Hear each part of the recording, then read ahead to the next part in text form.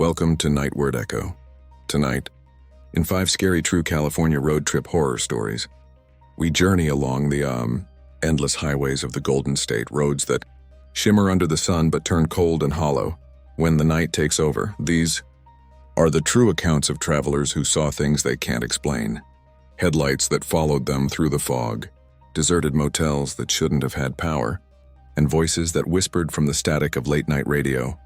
Every mile in California tells a story, but some of them were never meant to be heard.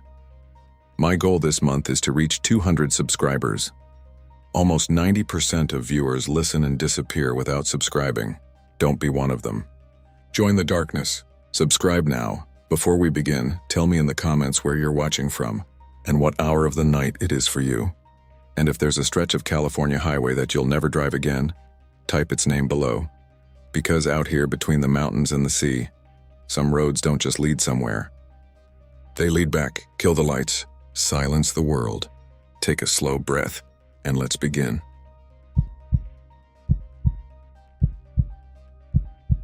I know how stories like this sound, so I'll start by saying I don't believe in ghosts. At least I didn't. I still don't know what to call what happened that night on the old Devil's Slide Road near Half Moon Bay. And I've taken long breaks from thinking about it because when I go back over the details, I feel that same pressure in my ears and that cold, salt damp feeling along my spine. Like the ocean air has soaked into my bones and isn't coming out. This isn't me trying to get clicks or karma. I'm writing it out because I keep waking up at 3:19 a.m. with the sound of gravel crunching behind me and no one there. This was 4 years ago, late February, when winter on the California coast is more like a wet, gray shoulder season. My friend Evan and I were in our senior year at a state school inland. We had a long weekend. His mom had texted him about a cousin's birthday in Daly City and I had a paper I was avoiding. I said I'd drive, and we turned it into a spontaneous road trip. Cut across to the coast, hit Pacifica, maybe get late-night tacos and watch waves from the parking lot by the old highway that used to cling to the cliffs. If you've never seen Devil's Slide in person, know that the name isn't melodrama. The mountain just gives up, drops straight into the Pacific. The land is always crumbling. The newer tunnel bypasses it now, but the old road still shows up on maps like a scar. People hike it in daylight. At night, it's a different thing. We left after dark because Evan swore the best part of Highway 1 was at night. The black ocean on your right, and the feeling that you're on the edge of everything. It started raining around San Gregorio and tapering into mist by the time we hit Montara. The fog came in bands like slow animals moving across the lanes, and my headlights kept throwing shadows where there shouldn't have been any. Evan was messing with the playlist, switching between true crime podcasts and a local AM station that was barely coming in. And we were talking about nothing. Work after graduation. If we'd ever actually moved to LA like we always said. Whether it was morally okay to root for the Giants if you grew up in Orange County. When he said, "Mom, pull off here. I want to see the slide." There's a little turnout before the tunnel where you can park and walk up a fenced path to the old road. We saw it too late and I eased onto the shoulder anyway, tires slipping a little on wet gravel. The fog opened for a second and we could see the black curve of the ocean and the pale mouth of the tunnel ahead, glowing like a throat. Somewhere down below a buoy clanged. It was one of those nights where you can hear water before you can see it. Evan killed the podcast. We sat with the engine idling, wipers ticking, listening to rain drip off the cypress branches. Someone had taped a laminated photo of a young guy to the fence post. A memorial, the kind you see along California roads too often. The edges had curled and the ink had bled in the wet, but you could still see the smile. "I don't like that," I said, and immediately felt stupid, like I'd said I don't like gravity. Evan was already half out of the car, tugging up his hood. "Let's just go look. It's not far." I always wanted to see how sketchy that road really was. "I'll keep the lights on," I said, and I meant it. I stayed in the driver's seat, heat on low, palms resting on the top of the wheel. Evan jogged up the path and disappeared into fog. I could see the beam from his phone moving like a little trapped star. He called back something I couldn't catch over the wind. I put the car in park, left it running, and got out with my own phone flashlight. More to feel like I wasn't chickening out than anything else. If you've ever walked a place that used to be busy and isn't anymore, you know the way sound comes back to you differently. The old asphalt was slick as sealskin. The chain link fence rattled. To our left, the cliff rose up like a wet wall. To the right, beyond the guardrail, there was nothing but air and the low, constant breath of the Pacific. We could see maybe 30 feet ahead, just enough to feel like more would reveal itself any second if we were patient. When we reached the curve where the road used to crumble most, Evan stopped. He lifted his phone and said, "Do you see that?" He didn't say it like he was spooked. He said it like he was excited, the way he gets when he spots a rare car or a dog in a little hat. At the far edge of the fog-lit circle, a man stood near the guardrail, looking out over the ocean. He had one hand on the rail, the other wrapped in the pocket of a jacket. Not a new jacket, something dark and heavy with a collar like oilcloth. His hair was wet or just dark and the rain beaded on it. He didn't move when we did. When Evan lifted his phone higher, the man turned, not all the way, but enough that we could see the side of his face, and he waved. There are perfectly normal reasons to see a person on an old road at night. A hiker, a photographer, someone scattering ashes or getting away from a fight. But there's also one very obvious reason to worry, and both of us went to it at once. The air felt brittle, delicate. "You okay?" Evan called. "Hey man, are you all right?" The man didn't speak. He held the wave for a second longer, like it was a polite habit he couldn't quite let go of. And then he let his hand fall and turned back toward the water. Evan started forward and I caught his sleeve. "Don't," I said, and I didn't know why until I heard myself say the rest. "Don't startle him." Evan nodded and called again, softer. "We can get help." "You're good?" "Nothing. Just the water and the wind pressing against the cliff." We were maybe 10 yards away. Evan glanced at me and we kept walking. Careful, like we were approaching an animal that would spook if we came in too quick. I was concentrating on my feet, on not slipping on the slick stripe of old paint that still divided the lanes like a memory. When I looked up again, the man was gone. It wasn't dramatic. He didn't jump, didn't run, didn't vanish in a way that made the air pop or the light change. He was there and then he wasn't, and we were 10 yards from an empty rail. There was a part of me that made the same shape it made when a car swerves into your lane unexpectedly. A curl of stomach, a tightening along the ribs. "He went down," Evan said, already at the rail, leaning out like he could see through fog. "He went..." His voice trailed off and he bent, peering at the ground. "Dude," he said, not in the excited way now, not in any way I knew, and he pointed with his phone light. "Footprints. Clear and wet across the old asphalt to the guardrail. The kind of footprint you get when the sole of a boot holds water and stamps it out. They were spaced like a normal walk. Heel to toe, each one darker than the surface around it. They went right up to the guardrail and then they stopped. I don't mean they faded. I don't mean they got lost where the paint had peeled or the road had broken. I mean they stopped at the rail. There was no scuff mark on the rail. No bent metal, no smear. Just wet boot prints up to the edge and then nothing. I said something eloquent like, "Nope." Evan laughed, but it came out thin. Maybe he jumped to the side, like climbed down. He leaned out over the drop and the fog hugged him like hands. I grabbed the back of his jacket. If he did, we can't see him. We should call it in. Neither of us moved. The water boomed below.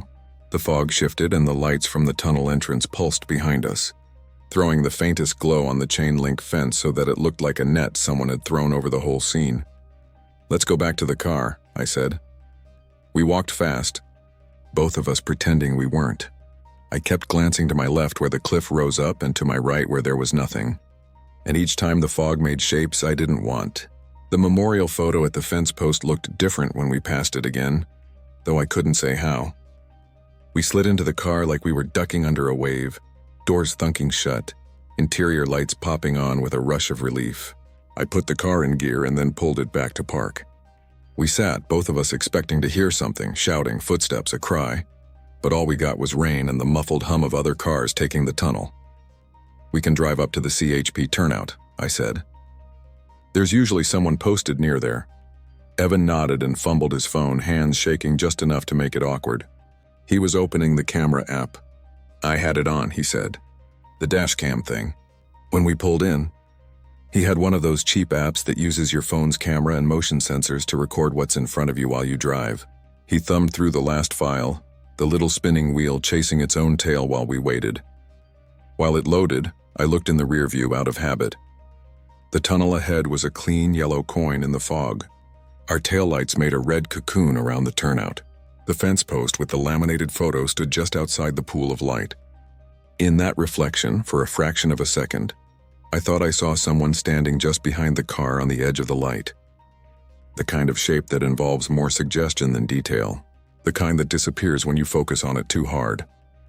I turned in my seat, fast enough to make the belt bite my shoulder. Nothing. Just wet asphalt glowing like skin, rain stepping toward us in small, regular feet. I swallowed, put the car in drive, and eased back onto the road. We told ourselves the practical version of events all the way to the CHP turnout. A guy had gone out there to think and changed his mind. He climbed down and found a different way back up. He was messing with us. It was a trick of light. He went to pee in the bushes. The footprints led to the rail because that's where the surface was wettest. All of it sounded fine until we stopped saying it. A patrol car idled at the turnout. The officer inside, late 30s, tired in a permanent way, watched us pull in and lowered his window. He had a face I trusted, not for any reason other than it was open and bored and didn't want trouble.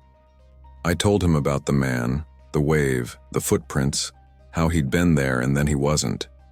He listened, eyes flicking between us and the road, and said, "People come out here to do dumb things. You didn't see anyone go over?" "No," Evan said.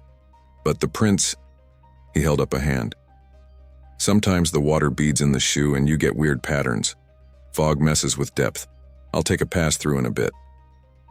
He wasn't dismissing us. He was putting us in the box marked, "Kids who saw something strange and aren't sure what it was." It was a box I would have put us in too if I'd been wearing his uniform. He gave us a look that was almost paternal. "Drive careful. Don't stop on the shoulder if you don't have to. People hit what they stare at." We pulled away, feeling both safer and more foolish. The tunnel swallowed us and we popped out into another section of mist, this one thinner, with the ocean more visible.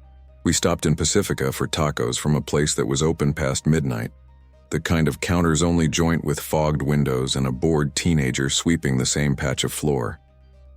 Evan kept checking the dashcam video, but the app had corrupted the file somehow. It would open and then close, open and then skip ahead, dropping frames like it was afraid of them. "Send it to my phone," I said. He tried. The app hung, and then asked him to buy a premium version. He swore, which is funny because he never swore when it mattered and did when it didn't. We ate sitting in the car with the windows cracked so the smell of carnitas wouldn't stick in the upholstery. At some point, my shoulders loosened. We started talking about the cousin's party the next day and whether we should bring beer or a pie. I said I'd crash on Evan's mom's couch. He said the pullout in the den was fine as long as you didn't mind springs. When we finally pulled onto his mom's street in Daly City, the fog had followed us like a dog. The driveway light flicked on as we rolled in and cut the engine. As we were carrying our stuff inside, Evan stopped and put a hand on my arm. He was looking at the back of my car, at the condensation beaded on the rear window. There were 3 long, clean runnels through the beads, like someone with long fingers had dragged them down the glass. Not claw marks, not dramatic, just the kind of thing you'd do if you were standing behind a car in the fog and wanted to see in. "Kids," I said, "or branches when we parked." There hadn't been branches. Inside, the house was warm in the way houses are when the thermostat is set for moms. Evan's mom was asleep. The old dog lifted his head from the rug and thumped his tail twice, then decided we weren't interesting enough. We took showers and watched exactly half an episode of something forgettable on Netflix before both passing out. I woke up at 3:19 a.m. The time sticks because I looked at my phone and it said 3:19 in glaring white numbers. It was dead quiet except for the heater clicking on. I lay there trying to figure out what had brought me up. My heart was going the way it does when you've been running in a dream. When I closed my eyes, the after-image of those footprints bloomed against the dark, like someone had taken a wet boot to the inside of my skull. I heard gravel crunch. Not inside. The brain does that sometimes, plays a sound you expect to hear. But from outside, the specific crushed shell sound of someone stepping on a damp driveway, then the soft squeak of a shoe pivoting. A pause. Another step. It wasn't continuous. It was step. Wait. Step. Like whoever it was had all night and wasn't worried about waking anyone. I lay there in the fold-out, staring at the ceiling where the streetlight carved a rectangle. Evan snored in the rhythm of a healthy person who had to be up early. The house shifted. The dog in the other room made a sound like a soft question, and then went still again. I didn't get up. I want to say I rushed to the window, flung open the blinds, and saw something so I could prove to myself where the sound was coming from, but I didn't. I lay there and waited the way I had on the old road, expecting something and not sure I wanted it to arrive.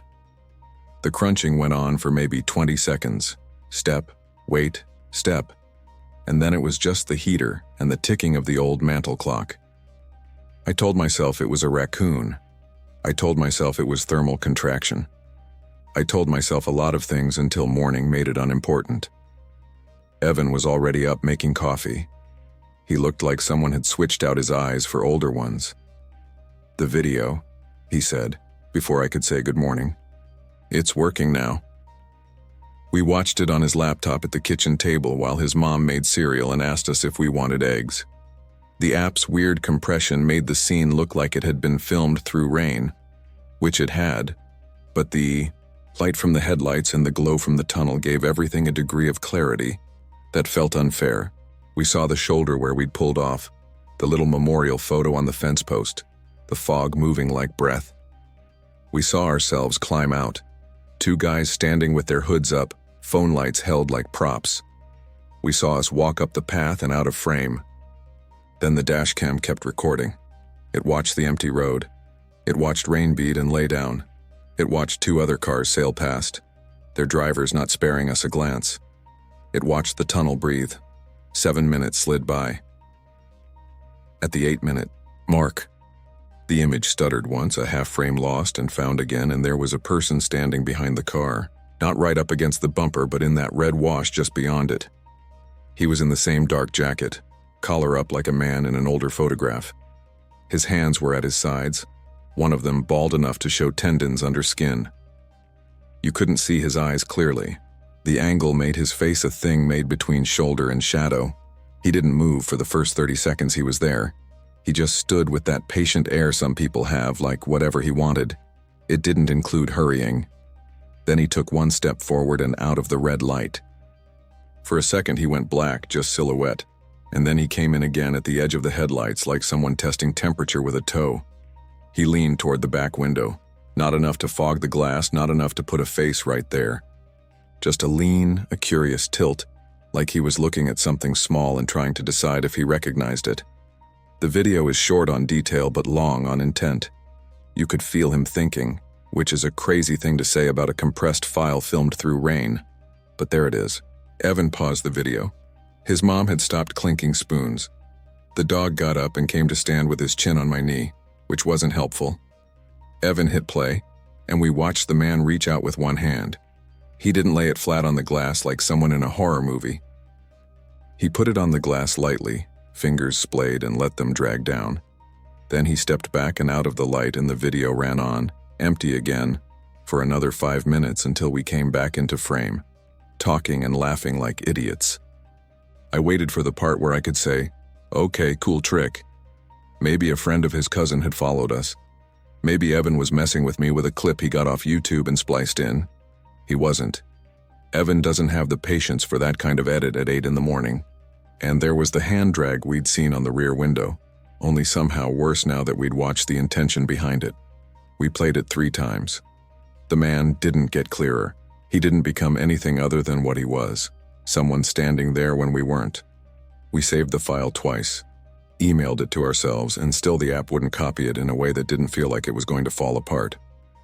On his 4th try, the preview froze on a single frame, just weather, just road, and then it crashed and reopened with a new recording over the old one, even though we hadn't told it to. "Cool," Evan said tonelessly. "That's cool." He bought the premium version, and I don't think I've ever seen $30 spent with less hope. We could have taken the phone to the CHP station and tried to find the same officer. We didn't. We didn't because nothing overtly criminal had happened, because we weren't sure how to phrase it without sounding like the kids in that box, and because saying something makes it more real. We went to the cousin's party. smiled through the afternoon, told the story to a room full of distracted relatives, and watched them enjoy it as a story. Ooh, spooky. Footprints to the edge. Instagram it. Nobody asked to see the video. That felt like a relief and also like a warning, because the people who think everything is a story always do better with whatever this is. Evan drove me back to my place 2 days later, a sunny Tuesday with a clean blue sky and the ocean pretending it had never done anything dramatic in its life. When we said goodbye, he made a joke about me buying a real dash cam. He looked like he hadn't slept much. I went inside and did everything ordinary I could think of. Laundry, a half-hearted gym session, an hour pretending to outline my paper. I didn't think about footprints or waves or how long someone can stand still without getting cold. At 9 p.m., my phone lit up with a text from Evan. "You up?" I called him. He didn't answer. He texted again, "Come here now." I grabbed my keys. His apartment was 20 minutes away. On the freeway, I turned the radio down because I didn't want anyone else in the car, even in a theoretical way. He met me at the door, barefoot, hair sticking up. He made a face like he wanted to laugh and couldn't find the part of himself that knew how. He said, "It's going to sound like I'm making this worse." I'm not. He led me to his room and pointed at the corner where his desk sat. His laptop was open. On the screen, a paused frame from the dashcam video we'd watched at his mom's house. "I thought it was gone," he said. Then the app did this auto-restore thing. It recovered an older version. He laughed once too loudly. "You're going to hate this," he hit play. Same shoulder, same wet light. We watched ourselves get out, walk up the path. In this version, after we disappear from frame, the timer jumps. There's a jitter in the timestamp, and when it resolves, the man isn't behind the car. He's closer. Not pressed up against the window. Not even in the lights. Just closer. And someone else is closer too, me. I don't mean physically. I mean the camera had picked up my reflection in the inside of the windshield. Warped and faint, and there I was. In the driver's seat, even though I wasn't. Because we were both on the path, because that's the whole point. Evan paused it and looked at me, as if the look could stage an intervention between me and the obvious. "Reflections," he said, as if that was a normal thing to say to a person in your room in the dark after you've shown them something you shouldn't have. He scrubbed forward. At the moment in reality when the man leaned toward the back window and dragged his fingers, the version on Evan's screen did something else. The man didn't move. The camera hesitated, and then for one frame, maybe two, the man was standing behind the driver's side door, where I would be when I came back. His head tilted the other way, like he'd decided to look at me. Evan let the track run. When we came back into frame in the video, we were both talking too loudly. The way you do when you're trying not to sound scared. We got in, lights shifted. You could see the driver's seat in ghost double exposure between the glass and the dark. And for 3 frames, for less than a second, a third shape sat in the back seat. Not a detailed person, not a feature. Just the suggestion of a head where the red wash turned someone into a cutout. Then it was only us and road and rain. We exported the video. It turned into a file that played nothing but static. We tried screen recording it from the laptop.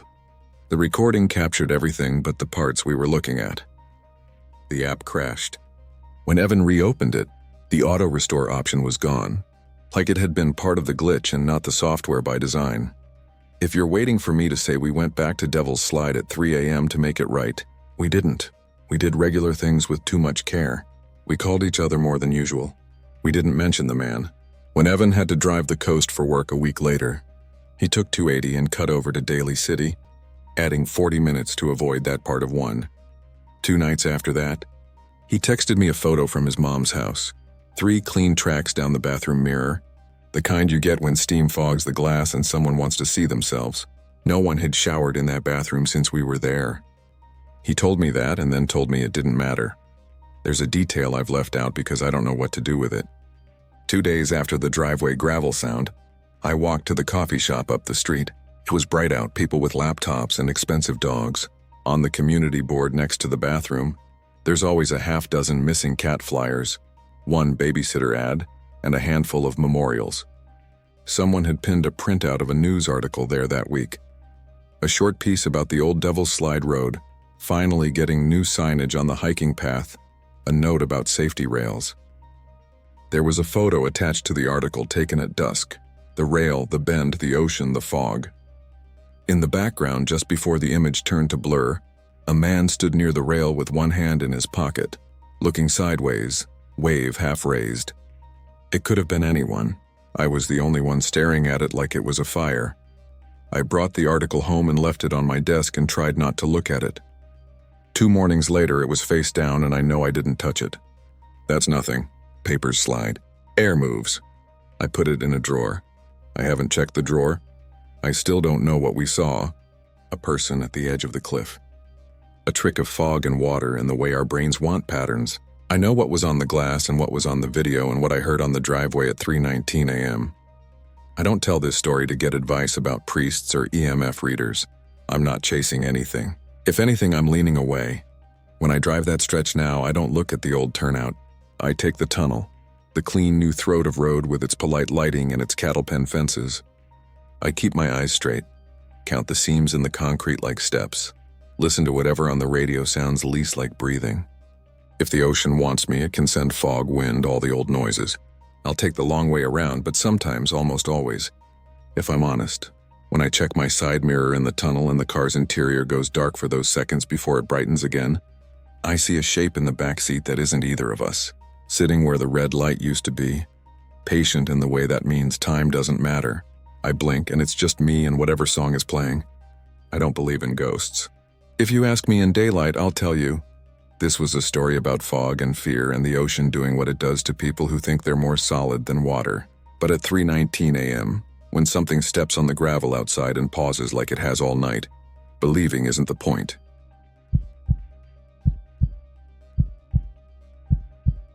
I'm not writing this for attention. I'm writing it because I can't get the sound out of my head, and because if someone else hears it on that stretch of highway, maybe they'll handle it better than we did.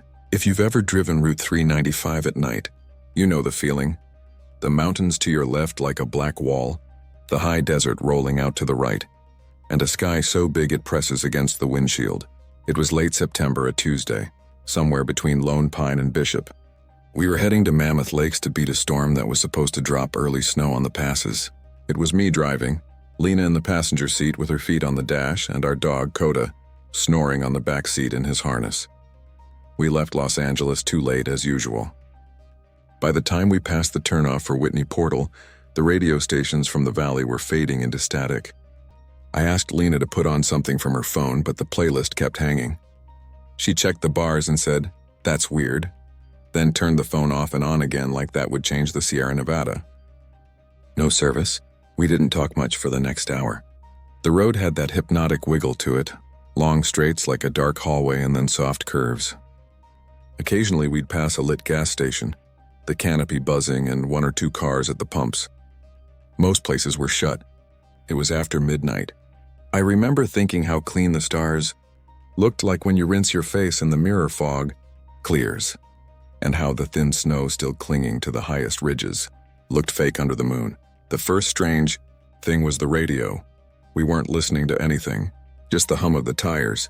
I was thinking about chains, whether we needed them if the storm came early when the radio snapped on by itself. I hadn't bumped the knob. The volume came up to this soft hiss. The digital display scrolled through frequencies like someone was scanning. FM, then AM, then back to FM. Click, click, click. It stopped around 6:90 a.m. There was no music, no commercial, just a long monotone tone like those tests they run on TV, and then a voice that sounded like it came from a hallway far away. "Stay inside. Don't open your doors." Lena let out a laugh like she wasn't sure if she was supposed to be scared. What is that, an emergency thing? The radio clicked again and the same voice repeated. Identical inflection, identical breath at the end. "Stay inside. Don't open your doors." Coda picked up his head and whined. It sounded like the kind of whine he does when a smoke alarm chirps low battery. "Must be a test," I said. "Late night. Small station." Lena tried to change the station and nothing happened. She spun the dial on the console and the display didn't move. She hit presets. Same thing. It just stayed on 6:90 a.m. and after the tone, the voice and "Stay inside. Don't open your doors." We turned it off. "Super comforting," she said, pulling her jacket tighter. "Next they'll tell us we're in a shelter in place for coyotes." I wanted to laugh, but my mouth felt dry. I blamed the desert air for that. But the truth is, there was something about the voice that hit the lizard part of my brain. It didn't sound official. It didn't sound like a recording you'd expect from the state. It sounded like someone had a hand around their throat and was trying to keep it together. The pronouncement was so specific and not helpful. Stay inside of what? Don't open your doors to who? A few miles later, we saw the glow of a diner. It wasn't much. A squat building with a neon sign that just said diner, a row of windows reflecting our headlights, and 2 gas pumps out front with the old clamp handles. The lot had 3 cars and a tractor trailer parked to the side. We weren't hungry. We were restless. We needed a bathroom, and I wanted to stretch my legs so I didn't fall into that highway hypnosis thing. We pulled in. The clock on the dash said 12:41. The neon open sign was on. Through the window, I could see the counter with the pie case and a jukebox near the door. One of the booths had 2 plates on it, steam still making little ghosts over the food. I remember this specifically. A burger cut in half, the pink middle glowing under the fluorescent lights, and a plate of pancakes with a square of butter melting into syrup. "No one's here," Lena said, peering through her hands at the glass like a kid looking into an aquarium. "Maybe they're in the back," I said, because what else do you say? We went in. The bell over the door rang bright and hopeful. The smell hit first. A hot diner blend of coffee, griddle grease, and a faint sweet smell like cinnamon rolls had just been pulled from an oven. There was music playing. No, not music. The jukebox was lit, a warm yellow light, but it wasn't spinning a record. From somewhere low in the room, maybe behind the counter, there was a whisper of sound. The same tone we heard in the car, only quieter than the voice. "Stay inside. Don't open your doors." Lena and I looked at each other in that silent, raised eyebrows way couples do in situations that feel like a dare. "Hello?" I called. My voice sounded weird in the room, like it had to wade through soup before it reached the back. No answer. There were coffee cups on saucers. A stainless pot on a warmer, the thin sheen of oil on top catching the light. Someone had done a crossword up to 19 down and then set the pen on the paper like they'd be right back. "Bathroom," Lena said, and pointed to the sign. She moved fast, like holding it, and I nodded. Coda sat at my heel, every muscle on alert. He's not a brave dog. He's loyal, and he'll stand between us and anything. But his first instinct is to look at me like, "You got this, right?" "Hello?" I tried again, stepping behind the counter. The swinging door to the kitchen was propped open with a can of diced tomatoes. Beyond it, stainless tables and a big griddle that was still hot. A pancake on the far edge had gone from golden to brown to black, the smoke so thin it looked like heat shimmer. I walked over and flipped the heat off. Hanging on a hook was a white apron with a name stitched in red, May. I said May, because saying a name is easier than calling out to nobody. The jukebox clicked loud enough to make me jump. It didn't start a song. The light inside it sort of strobed, and then the speaker emitted a soft, breathy sound, a microphone being moved closer to someone's mouth. The voice, not through the radio this time, but through that box, said, "Don't open the doors." I turned and saw that the door Lena and I had come through had the lock slid open. It was one of those simple push locks you might see at a bar. Somehow, the idea of reaching out and flipping it felt complicated, like I'd forgotten how to use my hands. I walked over and pushed it. The click was satisfying in a dumb way. Coda whined again. "Hey," Lena called, her voice small in the hallway. "Can you just come here?" I found her standing by the bathroom door with her hand held out like stop. The women's room door was propped with a wedge and the light was on. Inside it was empty. The farthest stall had a pair of feet visible under the door. Just the toes and white rubber-soled work shoes pointed outward. When I say my skin went cold, I don't mean I felt a chill. I mean I could feel sweat cooling across my back like someone poured a cup of water. I took a step and the shoes didn't move. Another step and they didn't move. "Hello?" I said, too loud. No answer. I pushed the door. It swung open. The stall was empty. The shoes were on the floor, tucked close to the toilet as if an invisible person were sitting there. The shoes had no legs. Lena's breath made a tight sound in her throat and I said, in the dumb voice you use when you're pretending to be normal, "Maybe someone changed." We backed out. The jukebox in the other room gave that soft breath again. The voice said, "Aaron, that's my name. Not a common one, not rare either. But hearing your name in a diner you've never been in at 1 in the morning, in a voice that shouldn't be coming out of a jukebox, does something to your knees." Lena grabbed my sleeve hard enough to pinch skin. "This isn't funny," she said, like I was responsible. I didn't do anything, I said, which is what someone who did something would say. We stood there like kids about to get caught. The voice said, softer now, dragging the syllables. Lena, Coda barked once, sharp. He doesn't like strangers saying our names. I scanned the room for speakers, for a phone, for any explanation that would make the hair on my arms lie down. The front door shook once in its frame, a subtle movement like wind pushing it, only there wasn't wind. The night outside was still. The neon diner sign buzzed.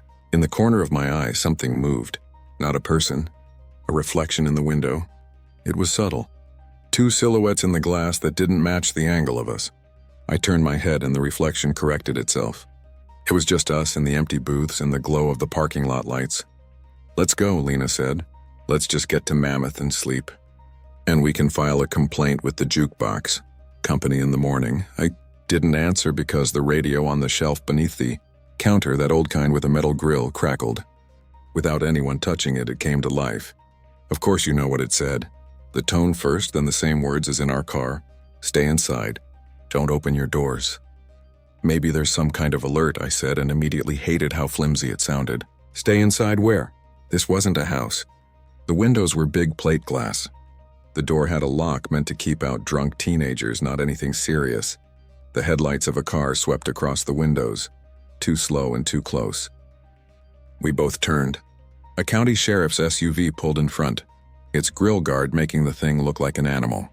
The driver's side door opened and a deputy stepped out, adjusting his belt with that casual cop movement like he'd stood up from a long drive. I've never felt so relieved to see a badge in my life.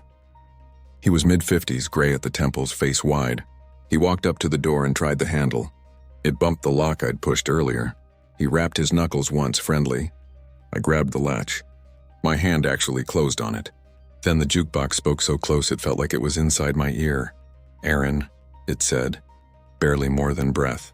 Please don't, I froze.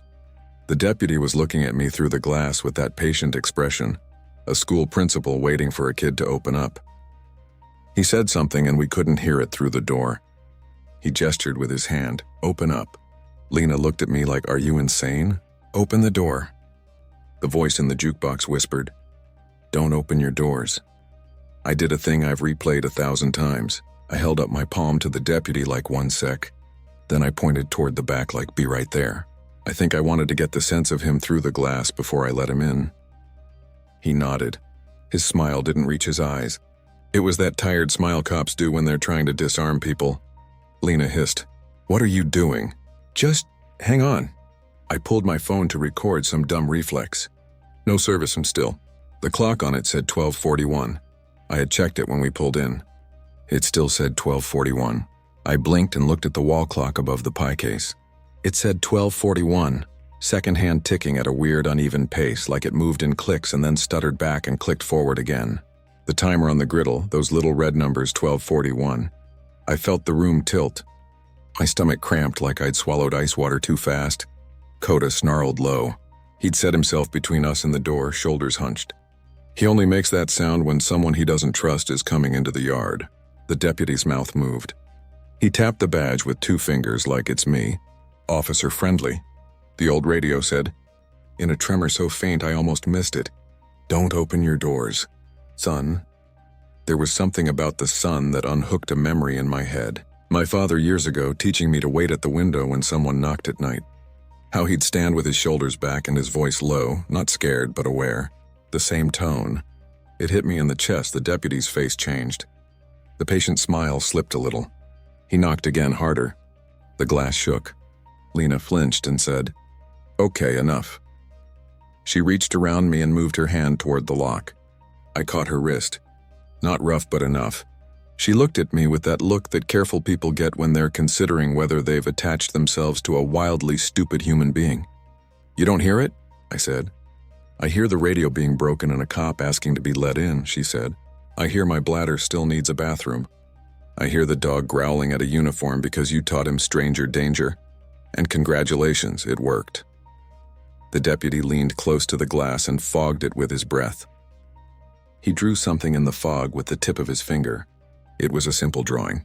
A little house, a square with a triangle roof and a door in the middle. Then he put an X through the door. He lifted his eyebrows at me like, see? Stay inside. Don't open your doors. He had heard the same thing we had. I felt the relief like being let out of a breath I'd been holding. I started to reach for the lock and then I watched the picture he'd drawn. The fog should have started to fade, the lines blurring. It didn't blur. The lines sharpened. The X through the door broke itself into two parallel lines. Like someone unseen corrected the drawing. The little finger-sketched house became neater. A tiny chimney appeared and a curl of smoke. The X over the door turned into a single vertical line. A door slightly open. The wedge beneath the women's room door rolled a half-inch like someone bumped it with their shoe. Lena whispered, "Aaron?" Not an instruction, just my name as a tether. I shook my head and took my hand away from the lock. The deputy's expression didn't change, but something about his posture did. He straightened, and it occurred to me how little detail I'd noticed about his face. Even with the lights right on him, it was hard to make out his features. Not like shadow, more like looking through heat shimmer. He spread his hands, palms out, universal calm gesture, and backed up a half step. Then he did something that made the hair behind my ears stiffen. He reached behind him and pulled the door to his cruiser open. His hand kept going back like he was opening a door in the half-open door. Then he leaned a little to the side and put his mouth near the crack in the cruiser's door and whispered into it like it was a microphone. The old radio under the counter, the one with the metal grill, picked up a whisper that wasn't coming from the air. Not at first. It was coming from our car. I could hear the echo. The radio in our car was still off, but I heard it like a heartbeat through the glass. The voice smaller, almost childlike, repeating as if from the back of our Subaru, "Stay inside. Don't open your doors." The deputy closed his cruiser's door and turned back to us with that same tired, patient smile, and he took a step toward the diner. The jukebox flared all its lights at once and warm yellow washed over the room like sunlight through checked curtains. The speaker gave a little cough of static and then very softly a new line. "Please don't let him in. You can call us cowards. You can say we misread a situation. But you weren't there and your survival instinct is yours, not mine." We backed away from the door. The deputy knocked again, now with the side of his fist. The glass rattled. The lock trembled. He wasn't hitting hard enough to break it, just enough to make it sound like the door itself had a heartbeat. He tilted his head at us, lips moving. The jukebox whispered, not through the speaker anymore, but like it had its mouth pressed against the floor. "Please." We stood there like statues for I don't know how long. The wall clock still said 12:41. My phone would wake to that time and black out. The deputy knocked, then put his palm flat against the glass like he could push through if he just decided to. Coda was a continuous growl. I could feel it in my shins like a tuning fork. Headlights swept the windows again. A second car pulled into the lot, then a third. A pickup with a light bar and a white van with one headlight dim. They lined up in front of the diner, and I swear they lined up too close. Bumpers almost touching the glass. The engines idled. No one got out. The deputy took a step back, satisfied somehow, like an usher who'd shown the first guests to their seats. "Don't open your doors," the radio breathed. Now from the kitchen, now from the vent, now from somewhere under the floor. The voice wasn't perfectly the same each time. Sometimes it sounded like a woman doing her best to be calm. Sometimes it sounded like an old man who smoked too much. Once it sounded like my father. We did the only thing we could think to do. We retreated into the kitchen. I grabbed the shortest, heaviest thing I could find, an iron skillet, because that's what a person does when the world gets too big. We moved through the stainless steel like it was a maze. There was a back exit, a metal door with a bar. We looked at it and then looked at each other because the words were clear. Don't open your doors. There's a particular kind of panic that comes when every option is wrong and the clock isn't moving. Do we call 911? Lena asked. We both looked at our phones like fools. No service. The signal bars showed a little SOS symbol, which I'd never seen on my phone before and didn't understand. I dialed anyway. It didn't ring.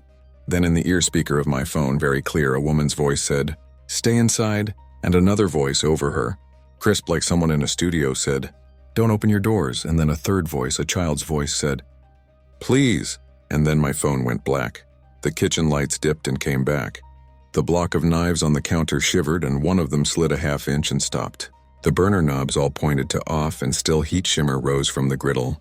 The wedge that had held the women's room open rolled into the kitchen like a tiny thing with a purpose and lodged against the walk-in fridge door. I'm not proud of what came next. We hid. We sat on the floor behind the prep table with our backs against the steel and held Coda between us, hands on his shoulders, whispering, "Good boy," in the voice you use for babies and dogs and people you love. The knocking on the front door changed to a slow dragging sound, then a quiet tapping like fingertips walking along glass. The engines outside idled the way they do in a cold morning, uneven, coughing, then settling. Through the pass window we could see the front of the diner, washed in the yellow of the sign. The jukebox stopped whispering. It started to play a song, except it wasn't a song. It was a tap-tap-tapping that had rhythm, then spread across the room, not through speakers but from all surfaces. Metal, glass, tile. A voice said both our names at once. Clear, gentle, and with a smile tucked right behind the words. "Aaron, Lena, we've been waiting." My mouth filled with copper. I swallowed hard. Lena's nails dug into my arm. The back door made a sound like someone leaned against it. Not the crash of a shoulder, not a kick. A pressure. A pushing, testing pressure. The bar flexed. The radio under the counter out front and the one inside our car and the imagined one inside the back door all harmonized. A three-part whisper. Stay inside. Don't open your doors. When I tell you that those words saved us, I mean it, and I don't mean it. Nothing about what happened feels like saved. It feels like delayed. The pressure on the back door increased until the bar bowed. It didn't give. The cars out front idled for a while and then turned off one by one. Not with keys, but with that soft sigh a machine makes when someone who owns it tells it to rest. The deputy got back into his SUV. He didn't shut the door. He sat with his foot on the ground and his body half in, half out, exactly like a person who had paused in the act of leaving and then forgotten what they were doing. He watched the diner with eyes that didn't track. Another set of headlights drifted by on the highway and didn't slow. We sat on that floor until the ticking clock decided to start moving again. I know how that sounds. Impossible. The wall clock went from 12:41 to 12:42 like a coin flipping. My phone woke with 2% battery and said 3:12. The neon sign flickered and went from steady to the faint irregular buzz of things that are allowed to fail. Outside, whatever had arranged itself in front of the door was no longer there. The deputy's SUV was gone. The three other vehicles were gone. The lot had faint arcs of tire dust like something had moved very carefully. We didn't brave the back door. We went out the way we came in. The bell over the door rang, bright and hopeful, and the outside air felt like a different planet. We got in our car. I started it. The radio didn't turn on by itself. I stared at the frequency display like it could bite me and then turned it off firm. We drove. You want me to say we looked back and saw a figure in the window? We didn't. We saw a lit diner with no one in it and a booth with two plates whose steam had finally stopped making ghosts. We saw a jukebox that had gone dim and a pie case with a smear of whipped cream on glass. We saw our own stunned faces reflected in the window, like two people who had come to the end of a hallway and found a painting where a door should be. We didn't speak until we were passing, through Big Pine, and the first hint of dawn put a bruise-colored line on the horizon. Lena said, "Should we tell someone?" "I don't know who," I said. At Bishop, we got service. Our phones began to buzz with delayed texts. News alerts. A video from a friend. A weather warning about the first snow late now. No emergency alerts, not in the official sense. Lena searched the AM frequency dance. Nothing on 690 but a talk show from a town we weren't in. She tried to laugh. It came out wrong. We got to Mammoth as the sun hit the tops of the trees. The town looked like a calendar. We checked into a lodge. The guy at the desk apologized for the early hour, like it was our imposition. I carried the bag. Lena carried Coda because he wanted to be carried. We closed the room door and deadbolted it and slid the chain. I turned on the TV to drown out the silence. Weather, a last season baseball game, a tourism channel showing fly fishing. In the shower, I could still hear it. Not through the pipes. In my head, yes, but also in the tiny vibration of the mirror when the bathroom fan kicked on. "Stay inside. Don't open your doors." Over and over. Not scolding. Not threatening. Pleading. I told myself it was adrenaline and not sleep and not enough food. We slept for a while, with that heavy sleep that steals hours without dreaming. I woke to a housekeeper's cart clinking past our door and the sound of snow starting to tick lightly against the window. Lena sat up and rubbed her face and said, I keep thinking I forgot to do something. Like lock something. You did, I said. You forgot to open the door. She stared at me. Then she laughed, then she didn't. We drove home the next day when the sky cleared enough to make it safe. In the daylight, the 395 looked like a road again. We passed the diner. Or maybe we didn't. Maybe it was behind one of the little clusters of buildings that all looked the same from a highway at 60 miles an hour. We passed a sheriff's SUV going the other way, and I watched the driver's face in that quick flash you get, and it looked like a person's face. If he whispered into his door, I couldn't see it. We got back to Los Angeles. We didn't tell anyone because we didn't know how to tell it without sounding like we were trying on someone else's nightmare. I figured that if it wanted us, it had wanted us on that night, and we had refused, and that was that. 2 weeks later, at 3 in the morning, our dog sat up on the bed and started growling. Not the backyard growl, the deep one. I heard it before I heard the radio. The radio that wasn't on. The sound came from downstairs where we keep an old console record player we bought at a thrift store because we thought it made us look like people who appreciate analog. The console has a built-in radio we never use. We had plugged it in for the outlet, not the music. At 3:02 in the morning, it turned itself on, and the house filled with a tone that made the glass of water on my nightstand dimple as if something had touched it. Stay inside, the voice said, familiar, measured, anyone who had ever loved us speaking through a single mouth. Don't open your doors, Lena grabbed my arm. We sat up. The front door downstairs has 3 locks. We listened to each of them touch softly like a fingertip testing, then a fingernail. Then the slow drag of skin on wood. The house shifted its weight. The heater clicked. The fan in the bathroom turned itself on and off. The jukebox that isn't in the console radio cleared its throat in that sweet, warm way that makes your stomach think of pancake syrup and coffee at 1 a.m. I don't know what it wants. I don't know what it keeps from the door when it says not to open. I only know the sound of my dog's growl and my own hand hovering over locks that are designed to make us feel like we own a square of the world. I've thought about going back to the diner in daylight with friends and a stubborn, rational mind. I've thought about asking locals if May ever wore white work shoes and if a deputy with gray at the temples used to stop by for coffee, and if anyone knows why the clock in that place doesn't believe in the passage of time. The truth is, I don't need those answers. I need to remember the only instruction we were given, repeated in a dozen voices from a dozen places. Stay inside. Don't open your doors. We aren't heroes. We're not even the main characters of whatever that was. We're the people who paused long enough for time to consider us and then let us go.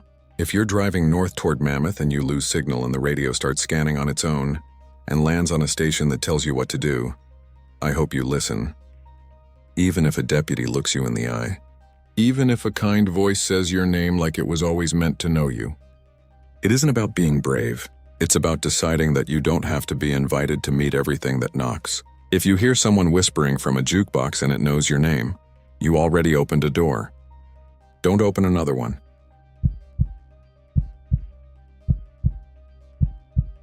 I've been driving long haul since I was 24, and I've learned that most scary stories on the road are just tricks of exhaustion and bad weather. Things look like other things at 3 in the morning. Your brain fills in the worst case, then the sun comes up and you laugh it off. That's how it usually goes. I'm telling you this because I don't want you thinking I scare easy, or that I chase ghost stories for fun. I don't. I like my routes predictable and my coffee cheap. I keep a clean cab and an old school paper atlas in the side pocket, even though the GPS tells me everything. I know how to time exits by mile markers and how to read the wind off a line of Joshua trees. I know the Mojave can look like an ocean when you're tired. But what happened out by Barstow wasn't my brain playing tricks, and if it was a trick, someone went to a lot of trouble to bury a gas pump in the middle of nowhere. It was late October last year. I had a load of modular office furniture out of Fresno, bound for Henderson, Nevada. The plan was I-5 to 99 to 58, then pick up I-15 at Barstow and push through to the state line.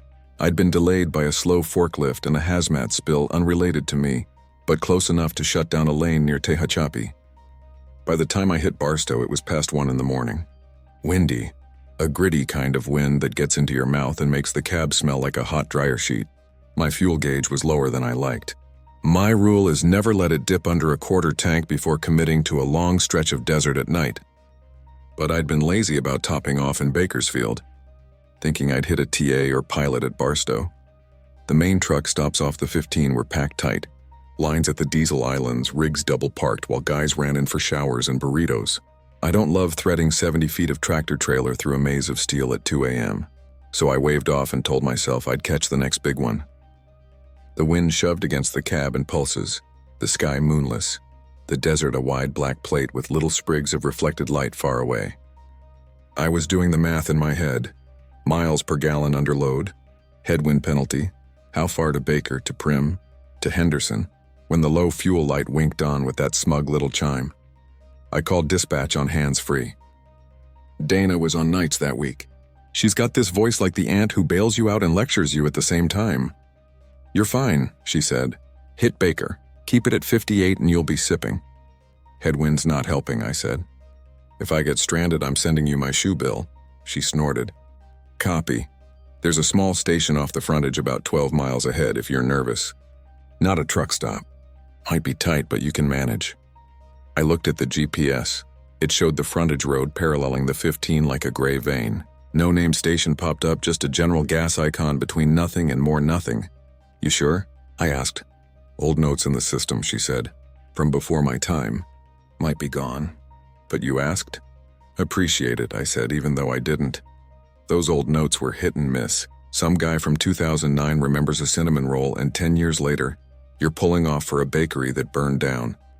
I kept rolling. The wind got worse. The CB was a dead hiss. Every now and then, a set of headlights appeared behind me, then slid past. A pickup with a dirt bike in the back, a minivan full of sleeping heads, a car with its dome light on, and a driver eating chips like he was late for a wedding. The desert on either side was just suggestion. A few miles later, I saw a break in the grade to the right, the start of the frontage. The exit sign was beat up and unhelpful. I took it anyway and eased onto the cracked two-lane that paralleled the interstate 100 yards away. The difference in noise was immediate. The interstate hum dropped, and I could hear my own engine working and the sand skipping under the tires. There's a certain kind of night where distance doesn't behave. Things look closer than they are. I drove a mile, maybe two, and caught a pale glow on the horizon, low and steady, the way gas station canopies light up the sky. Relief hit me so hard I laughed. I don't mind scraping the bottom of a tank when I'm pulling into a station. I passed a scrubbed-out billboard frame, a patch of asphalt like a missing tooth, and then the shape of a station appeared. Two double-sided pumps under a square canopy. Fluorescent buzz, a small office with big windows. No cars, no other trucks. The canopy had that old white and green stripe I associate with a brand that doesn't exist anymore. The signboard had no prices, just the word gas in block letters. The forecourt concrete was clean. No oil blossoms, no tire marks. It felt like a photograph someone had set up right in the sand. I coasted in slow, swung wide to make the turn, and set my rig at an angle that kept the trailer clear of the curb. The pumps were stainless with big mechanical counters, the kind with rolling numbers instead of an LCD screen. The diesel handle was green, and I had this weird flash of being a kid, standing at my dad's Oldsmobile while he pumped gas, and I watched the digits flick up like a slot machine. There was a metal bell under the canopy, the old-school ding when you drove over a hose, and it sounded twice as I rolled to a stop. Ding, ding. The sound felt too loud in all that emptiness. I got out. The wind had died to a whisper, as if the forecourt made its own bubble. It was colder than it had any right to be. I pulled my card out of my wallet and looked for a slot. There wasn't one. Just a little sign, white plastic with black letters, wired to the pump. Cash only. "See attendant?" I glanced at the office. The lights were on inside, a yellowish light that made everything look sepia. There was a guy at the counter or behind it. Thin, dark jacket, white shirt, hair silver the way old film makes hair look. Flat, matte, with a part you could draw with a ruler. I waited for him to look up. He didn't. He might have been reading something. "Great," I said out loud. "I keep an envelope with emergency cash in the glove box. It's for situations like this, miles from anywhere, power out, card readers down." I grabbed it and counted out more than I felt like handing to a stranger. When I looked up again, the man was watching me from inside, the way people in museums watch you when you stand too close to a painting. I walked over. My boots sounded hollow on the concrete like I was walking in a gymnasium. Up close, the glass had that thickness you don't see anymore with bubbles in it. The door had a metal handle shaped like a question mark. A little brass bell rang when I pulled it open. A soft, polite sound. "Evening," I said. The air inside smelled like dust and a faint old cigarette that had gone cold hours ago. The counter was a glass display case full of things nobody buys now. Matchbooks, keychains, tire valves, Polaroid film. A rack near the door held maps in wire slots: California, Arizona, Utah. 3 of the maps had little red stickers. New. The man behind the counter looked at me like he was deciding which of us was the ghost. He had a long face and a neat tie and a name tag in cursive that read Arthur. His eyes were blue-gray and watery, the way very old eyes are. He had the posture of someone who's been standing in the same place for years. "Diesel," he said. "Yeah," I said. "How much to fill?" It was a dumb question. I gave him the wad of cash and asked for change. He pressed the money under a small brass paperweight that was shaped like a gas pump. "You go ahead," he said. "We'll settle up." "You want me to pump first?" I said. "You gotta turn it on?" "It's on," he said without moving. "You pump. We'll settle." He didn't smile. He didn't not smile. His voice had an accent I couldn't place because it sounded like radio. The generic news voice of nowhere in particular. There was a clock on the wall behind him above a Pegasus sign. The clock said 10:17. The second hand twitched but didn't advance. I went back out and lifted the handle. It felt heavy, colder than the air. I set the nozzle and squeezed, expecting a cough of stale fuel if the tanks were old. But the diesel ran smooth and clear. The numbers on the face of the pump ticked with that calming analog click. The fluorescent lights hummed and moths bumped themselves into little circles around the bulbs without ever landing. Weird things. I couldn't hear the interstate. It was a few hundred yards away across sand and scrub, and it should have been a steady shh, the river of tires. But the air under that canopy held sound like a hand cupped over an ear, and the only thing I heard was the tick of the pump and the occasional bell-like shiver from the hose when a gust tried to move it. I topped off both tanks and clicked the handle back into place. The pump didn't spit a receipt. I wasn't expecting it to, but I looked around for a button anyway. There wasn't one. I went inside again. The bell on the door made the same little sound. He had a handwritten ticket on the counter, one of those carbonless forms where the top copy is white and the second is yellow. The numbers were neat, the kind of neat that people don't do anymore unless they're architects. "That'll do," he said, tapping the total. He'd done the math in his head or on a machine I didn't see. The price per gallon made me blink. It was low. Not crazy low, but low enough that for a second I wondered if I'd misread the mechanical counter. I didn't argue. "I'll need a receipt," I said. He slid the ticket across and pressed the top with the brass paperweight, then lifted it and handed me the white copy. His fingers were dry and cool when they brushed mine. He looked at my face like he wanted to say something else, a normal thing. Safe travels or be careful with that wind. He didn't.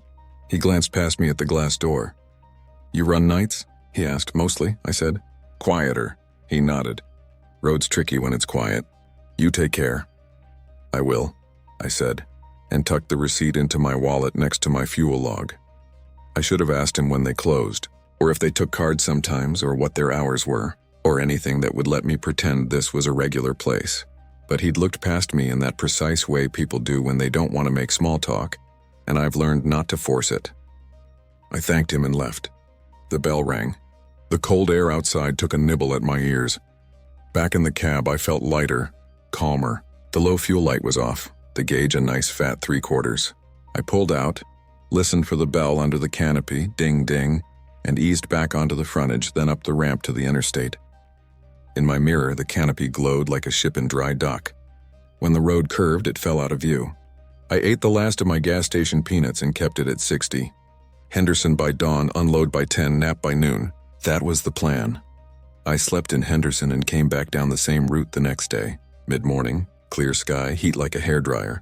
I wanted to top off again at that little station because it had felt weirdly comforting, the way a diner does when the waitress remembers how you take your coffee.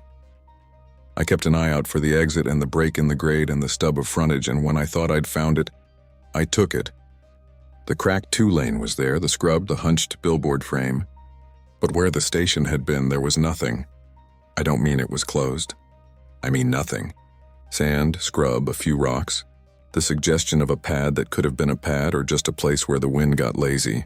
I parked in the dirt and walked around like an idiot. hands on my hips scanning for an imprint. Oil stains, tire marks, a broken fluorescent tube. The interstate was a loud, steady roar 50 yards away, and the wind tasted like hot metal. I told myself I had the wrong spot. I got back in and drove farther. The frontage ran out in a little slope that slouched into sand.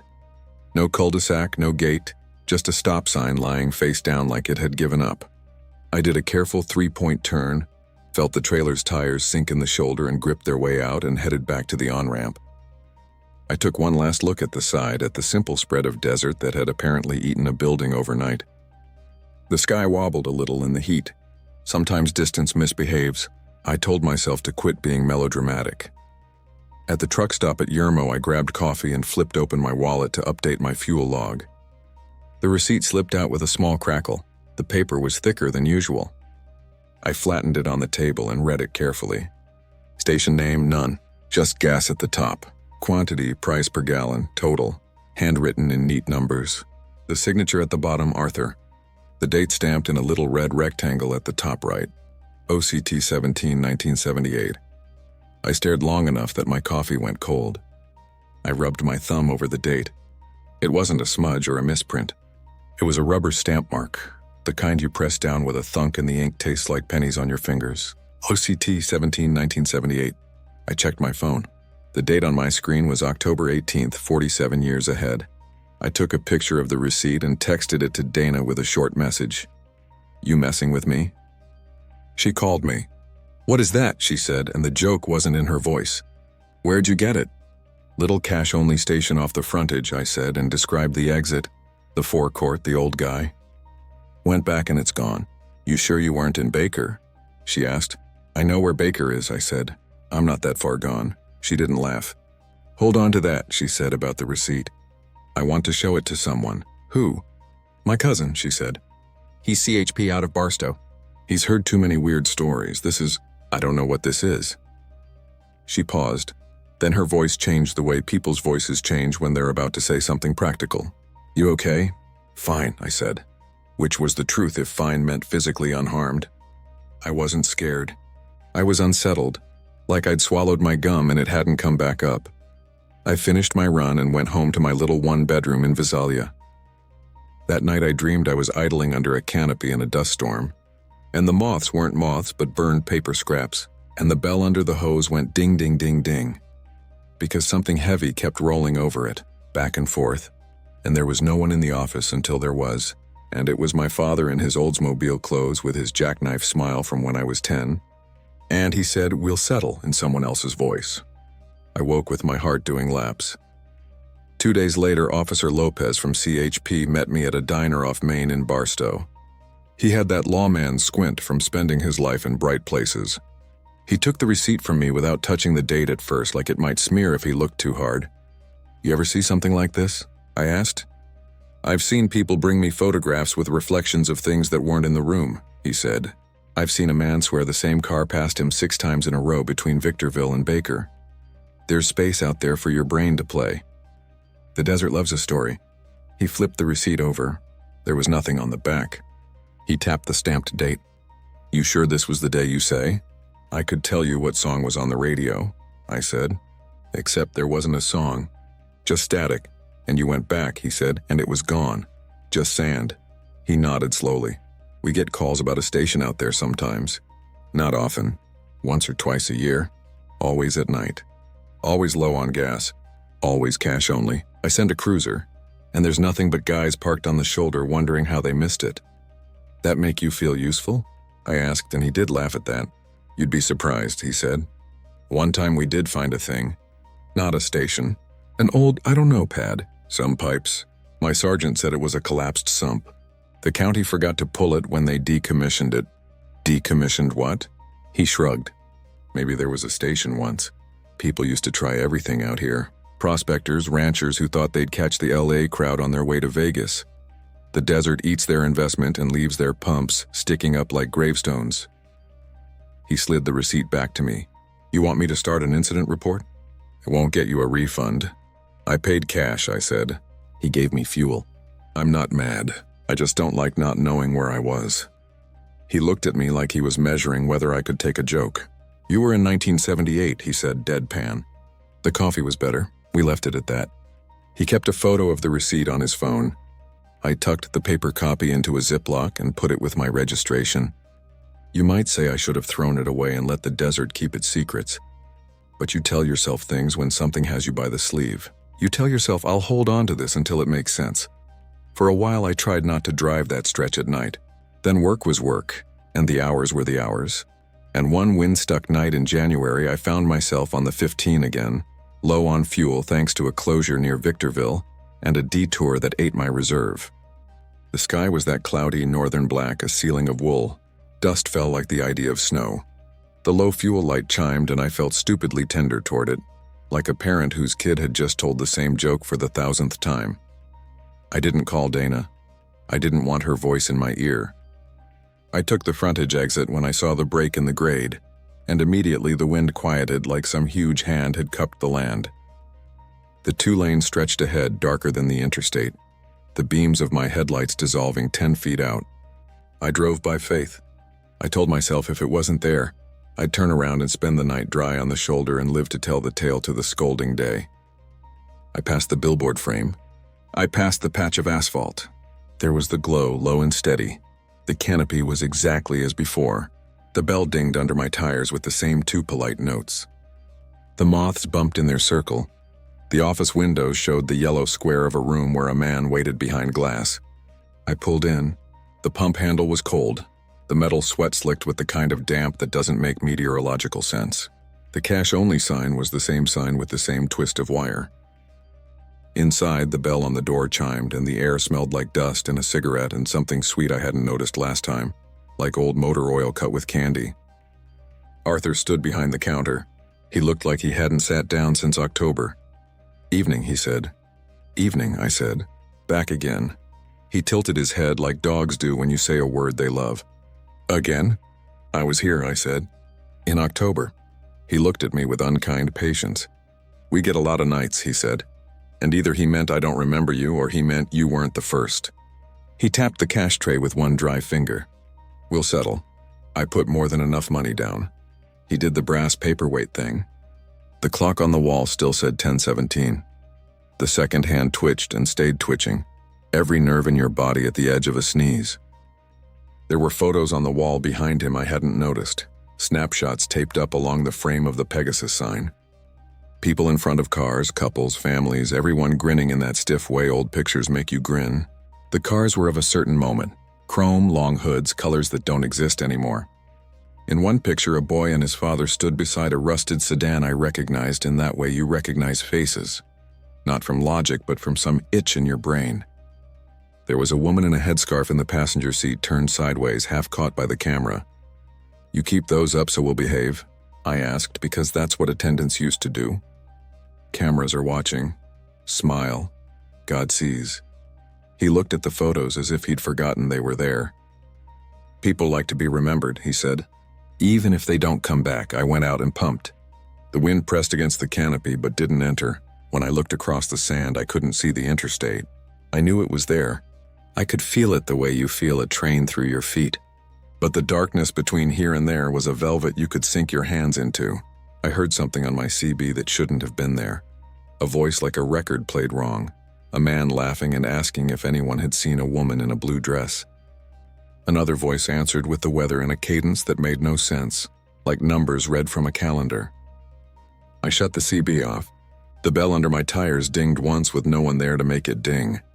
Back inside, Arthur had the receipt waiting. He'd written my gallons and my total and his name in that precise hand. The date was blank. The rubber stamp sat beside the paper like an animal asleep. He looked at me for a long moment, and it was like being measured in units I couldn't see. "You ever go to Vegas?" he asked, like this was a regular counter, like we'd talk about prize fights and buffets. "Sometimes," I said. He nodded. "They built the road too straight. People fall asleep." "Highways will do that," I said. He nodded again. "They should put a curve in just to wake you up." He picked up the stamp and pressed it into the red ink pad. The sound when he stamped the receipt in the top corner was soft, a kiss between paper and rubber. He slid the copy to me. I didn't look at the date. I put the paper face down in my wallet under the plastic sleeve with my health card. "I'll bring a thermos next time," I said. And when I said next time, I didn't mean it, and I did. "Good night," he said. "Is it?" I asked. "Sometimes," he said. And his eyes were the color of a sky you remember but can't find again. He watched me the way he had the first time, like he wanted to say be careful. But he said nothing. I left, the bell chimed. The cold stepped into my collar. I climbed into the cab and watched the canopy glow through the bug-mottled windshield while I settled my mirrors. For a second I saw movement in the glass of the office. A woman stepping away from the wall of photos, her head tilted, hair in a scarf. I blinked and she was gone, or she'd never been there. The bell under the hose dinged as I rolled over it. The frontage road should have been an easy jog back to the ramp. It wasn't. 10 yards out, the pavement dissolved into sand the way beaches do when the tide takes a bite. I stopped. My headlights cut a cone into the dark, and in that cone I saw a shape almost like a tire rut, almost like the edge of asphalt, almost like something men had once made and the desert had rethought. If I tried to power through, 80,000 pounds could sink and I could spend the night and a day and a week explaining my choices to a tow operator with opinions. I sat with my hands on the wheel and felt my heart in my throat like a hot stone. In the mirror, the station shone. Under the canopy, a shadow moved. Arthur, I thought. The silhouette lifted an arm. For a second, I thought he was waving me back, telling me not to try. Then I realized he was pointing not behind me, but to my right. I rolled the window down. The wind carried something like a voice, not words, just a thread, a hint. I turned the wheel 2 degrees that way and inched forward. The tires bit, rolled, bit again. I kept it under 10. My headlights picked up a discontinuous line, patches of gray like a trail of breadcrumbs. I followed them, 10 feet at a time, until the bed of my rig tilted a fraction and the light hit the metal rib of the on-ramp's guard. The interstate sound returned like someone easing up on a volume knob. I didn't look back. You know how sailors don't say certain words at sea? I didn't look back. I drove to Baker and parked among the candy rocks and black smoke and people who fight over parking spaces at 3 a.m. I didn't sleep. I sat in the driver's seat and watched my hands grow old on the wheel in the reflections, and around 5 a.m., I opened my wallet and took the receipt out of the sleeve. The date was stamped in red, OCT 17, 1978. Same stamp, same bow of ink in the 7. I sent a photo to Dana. She replied with a single typing bubble that came and went, and then a message. Don't go back there again. I wrote back, don't plan to. The thing you learn about yourself when something like this happens is what kind of liar you are. I told myself I wouldn't go back, and I meant it the way people mean it when they say they won't call their ex or won't look down from a high place. Then months passed and the desert kept its mouth shut, and I drove my routes and watched no news and ate my sandwiches. Then in April, a construction crew grading land for a solar array called CHP because they'd found metal under the sand where metal shouldn't be. Lopez called me before he went out. His voice had a twitch in it I didn't know he owned. You busy? He asked. Relative term, I said. You might want to see this, he said.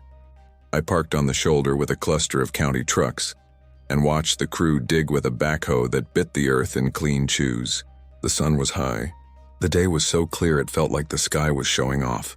They pulled up a length of corroded pipe, threaded and capped, and another and another. Then a shape that was unmistakable even under a century of rust. The top of a pump, the kind you crank. Not exactly like the ones I'd seen, but from the same family. The foreman swore and took his hat off. They brought in a smaller digger and a soft brush team, and what rose out of the sand like a tooth from a gum made my scalp prickle. A car, a sedan from the 70s, its roof glittering with mica like it had been rolled in sugar. The glass in the windows had long ago given up and let the sand in. The frame slumped, but the lines were there. The long hood, the modish chrome, the canvas of a life where someone had once said, "We'll get there on a tank and a half." Lopez didn't let me get too close. He put a hand on my chest without looking at me. Don't, he said, and his don't had a lot in it. They found bones. They found them with care. And there were protocols and bags and photographs taken with numbers on cards. I stood 50 feet away and stared at the roofline and thought of the wall of photos in the station, of the boy and the father and the woman in the half-turned seat. I could not swear it was the same car, I could swear it wasn't unrelated. The backhoe coughed and went quiet. The wind made a sound like someone blowing across a bottle top. Lopez came over and stood next to me and didn't say anything for 30 seconds. When he did, his voice was a neutral radio. They put out an old pump here in the 60s, he said. Some guy tried to run a 2-pump station with no canopy and a Coke machine.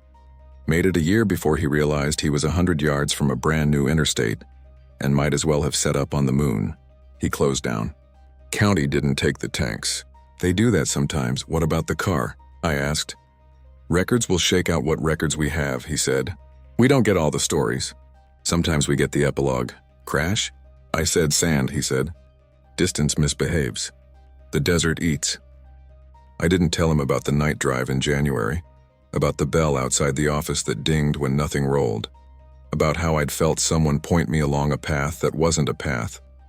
I didn't tell him that the station had been lit like it was expecting company. I didn't tell him because I was tired of not being believed and because some things sound like you're trying to convince yourself. He put a hand lightly on my shoulder and squeezed. It was something a brother does or a man who doesn't know how to console without making it worse. I went back on the road. My routes took me north and east for a bit. Spring turned to summer.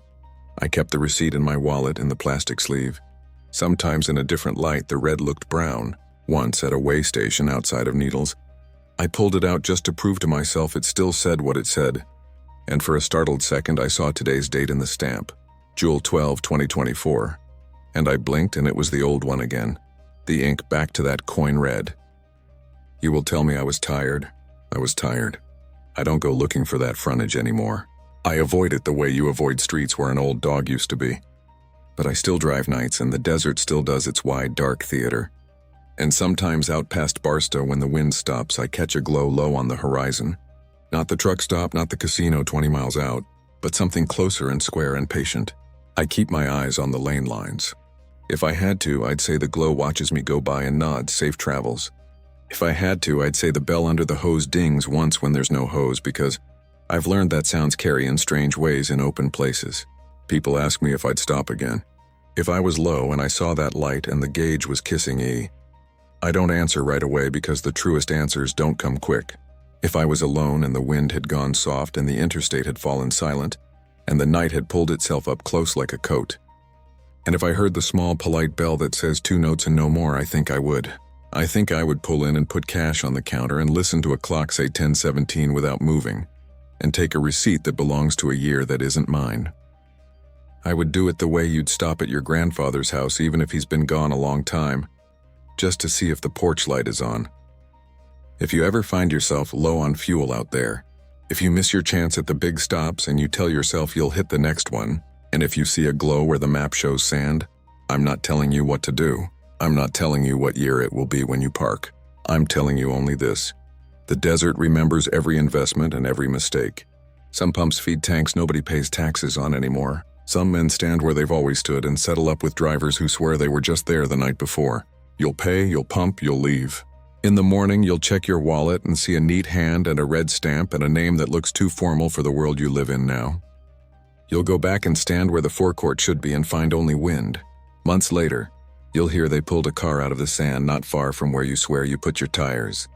And there were bones inside, and everyone will say, what a sad thing.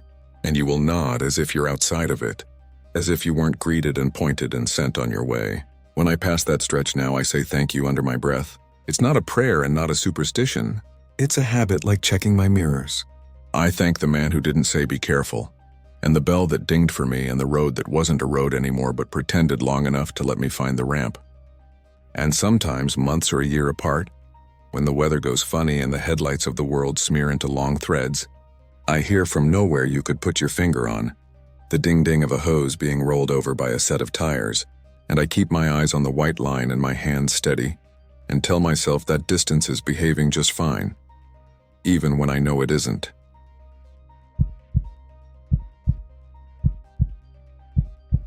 I'm not posting this for views. I'm posting because it's the only way I know to put this somewhere that feels safer than my phone. My friends think I'm being dramatic.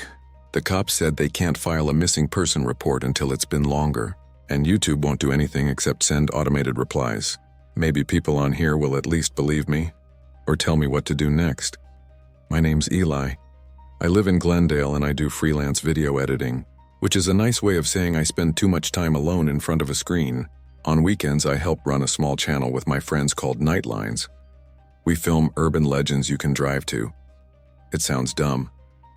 It's basically a road trip vlog with creepy backstories. When it's light out, it's us being idiots at diners and scenic overlooks. When it's dark, it's shaky dashcam footage and nervous laughs while we narrate the history of whatever road we're on. The Los Angeles episode was supposed to be our easiest, the Angeles Crest Highway.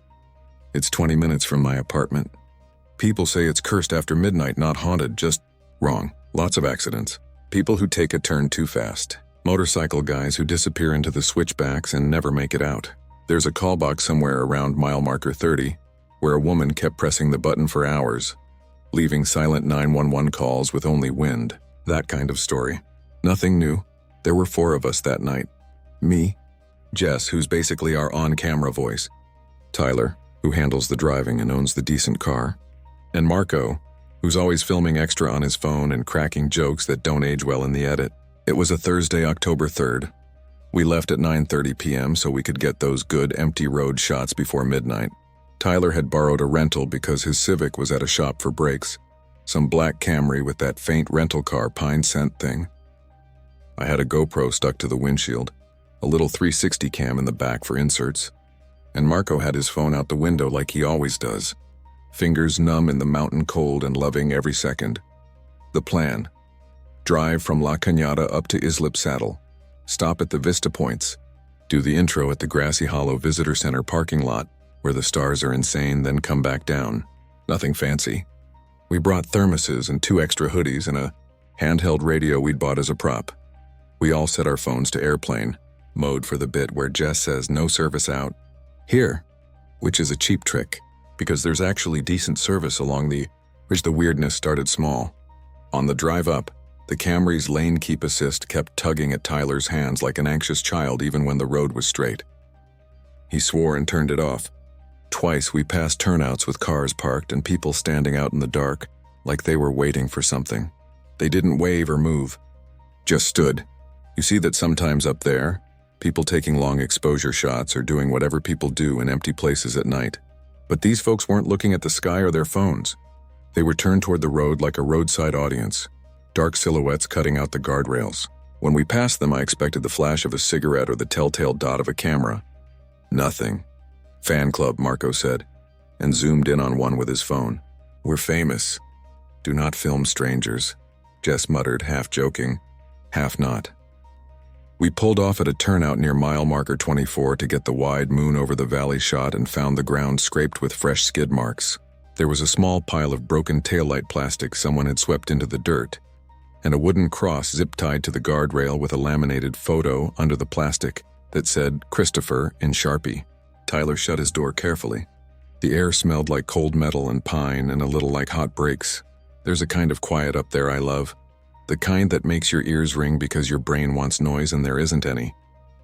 We filmed the intro by the guardrail.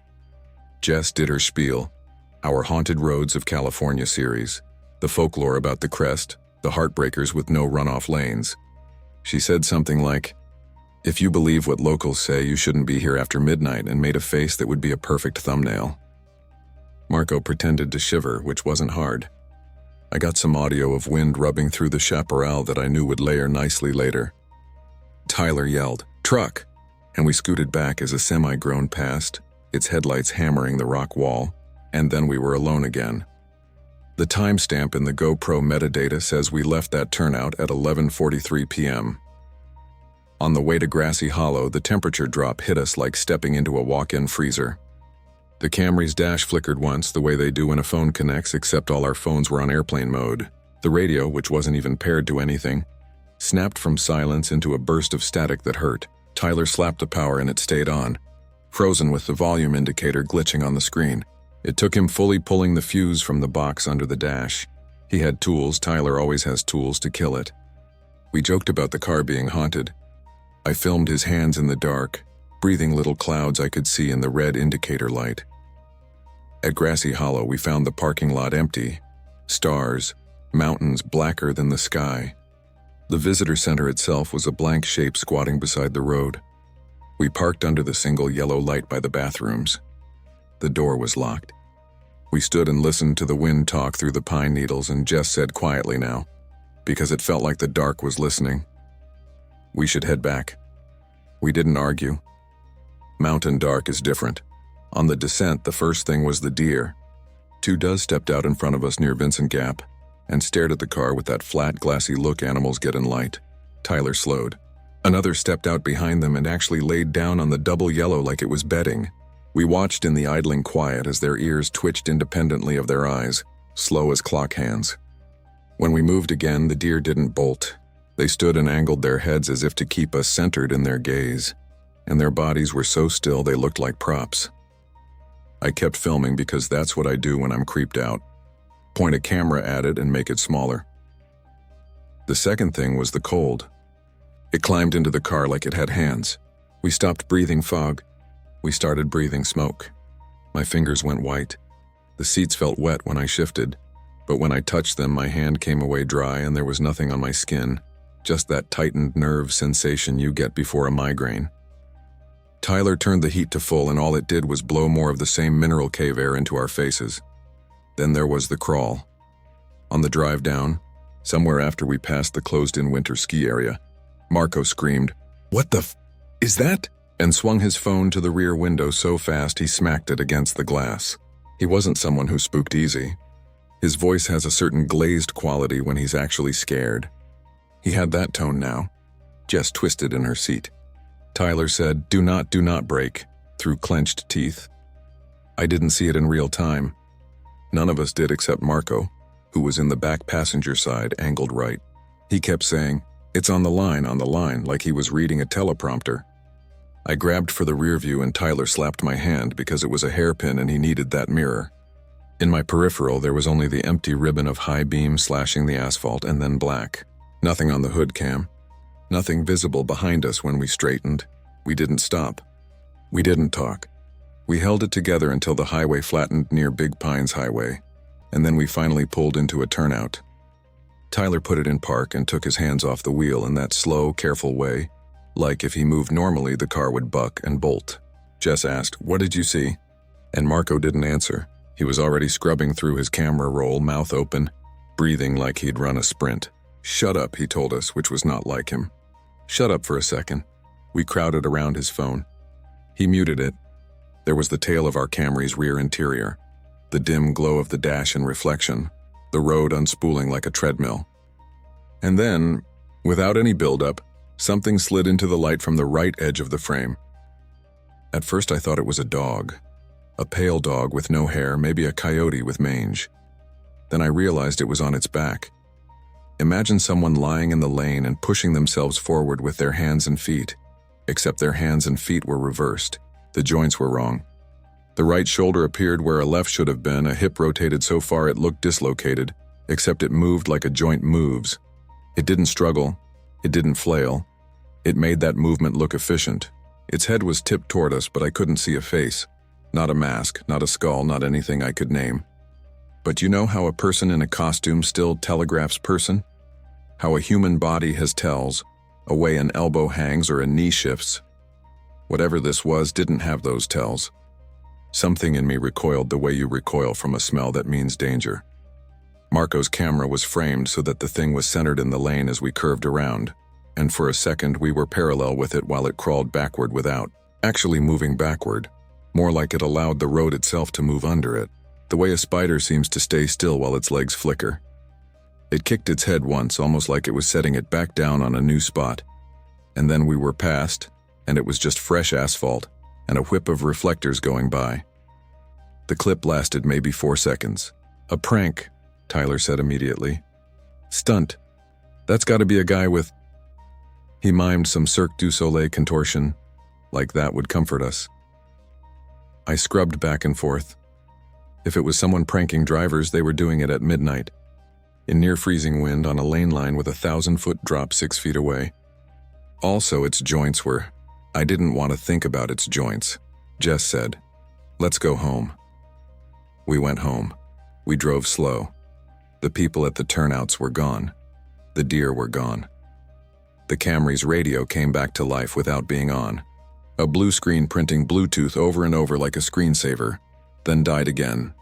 We dropped Jess at her apartment first and watched her go upstairs with her porch light on, because we all silently needed to watch someone make it inside and lock a door. We dropped Marco next. He swore he was fine. He did the thumbs up, the text me you got home, all the ritual. I was last. Tyler parked outside my building and sat for a second with his engine idling like he didn't want to be in a space with no moving parts. He said, "We're not putting that in the video," and I said, "You're absolutely right." And we both laughed like liars. When I plugged the cards in and dumped the files, the crawl was still there, on Marco's phone. On the 360 cam, you could catch a smear of brightness in the exact spot where the thing would be, like the camera wanted to see but was refusing to resolve the shape. The windshield GoPro didn't catch it at all. It watches the world like a cop, dead forward, no peripheral vision. I considered just deleting the whole night. But then I thought about the algorithm. We were behind on uploads. I told myself we'd blur it. We'd add a caption about viewer discretion. We'd make it a maybe it's a mountain lion debate in the comments, and it would all be smoke. That night I cut a 12-minute episode that did exactly that. I left the thing in for less than 2 seconds. A dart of wrong movement at the corner of the frame. Easy to miss unless someone slowed it down. We set the upload for Friday at 8 p. At 2 a.m., Marco texted the group, "Y'all seeing these comments? I was awake. It's hard to sleep after spending hours staring at your friends' faces at double speed, so I tapped the link." We had 100 comments in the first hour, which was a lot for us. Most were the usual. "Love you guys. You should do Turnbull Canyon. Tell Tyler to drive slower." Then there were the timestamps. 0642, 0643, 0644, and then the specific ones. Slow to 25 speed, right lane. People were already screen grabbing and sharpening frames like they were solving a crime. The top comment said, "It moved backward. You can't unsee it." Under that, "That's not a person." And then the one that stuck, "You shouldn't have driven that road after midnight." The profile that posted that had no avatar and no uploads. Joined October 2024. The name was just a period. They had only ever commented on videos shot at night. We joked in the thread. Jess posted a sarcastic, "We promise our joints are fine." Marco replied with a gif of a crab walking sideways. The period account wrote, "Delete this now. You're making it hungry." I put my phone face down.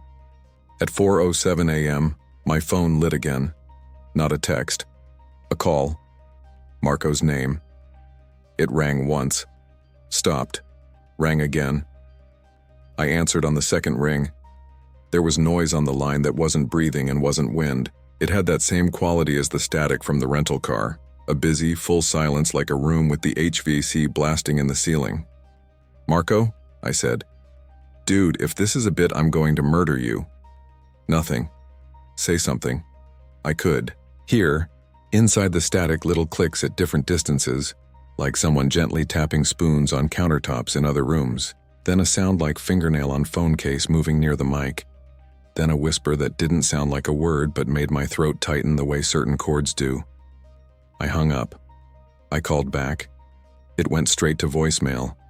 I told myself it was a pocket dial and went and sat on the edge of my bed with my hoodie pulled over my knees until the light shifted from black to gray. Saturday morning, I drove to Marco's place in Highland Park because not knowing is worse than knowing.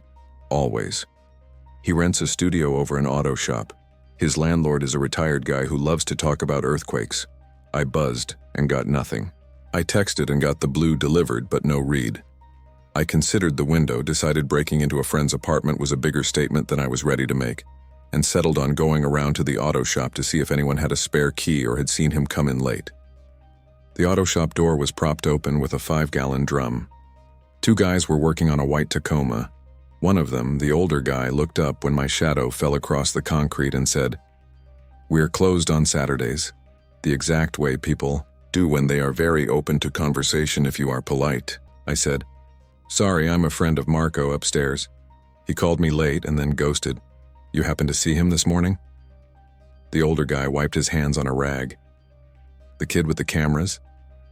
"Yeah, Haven't seen him today. Saw him come in around midnight. Looked like hell.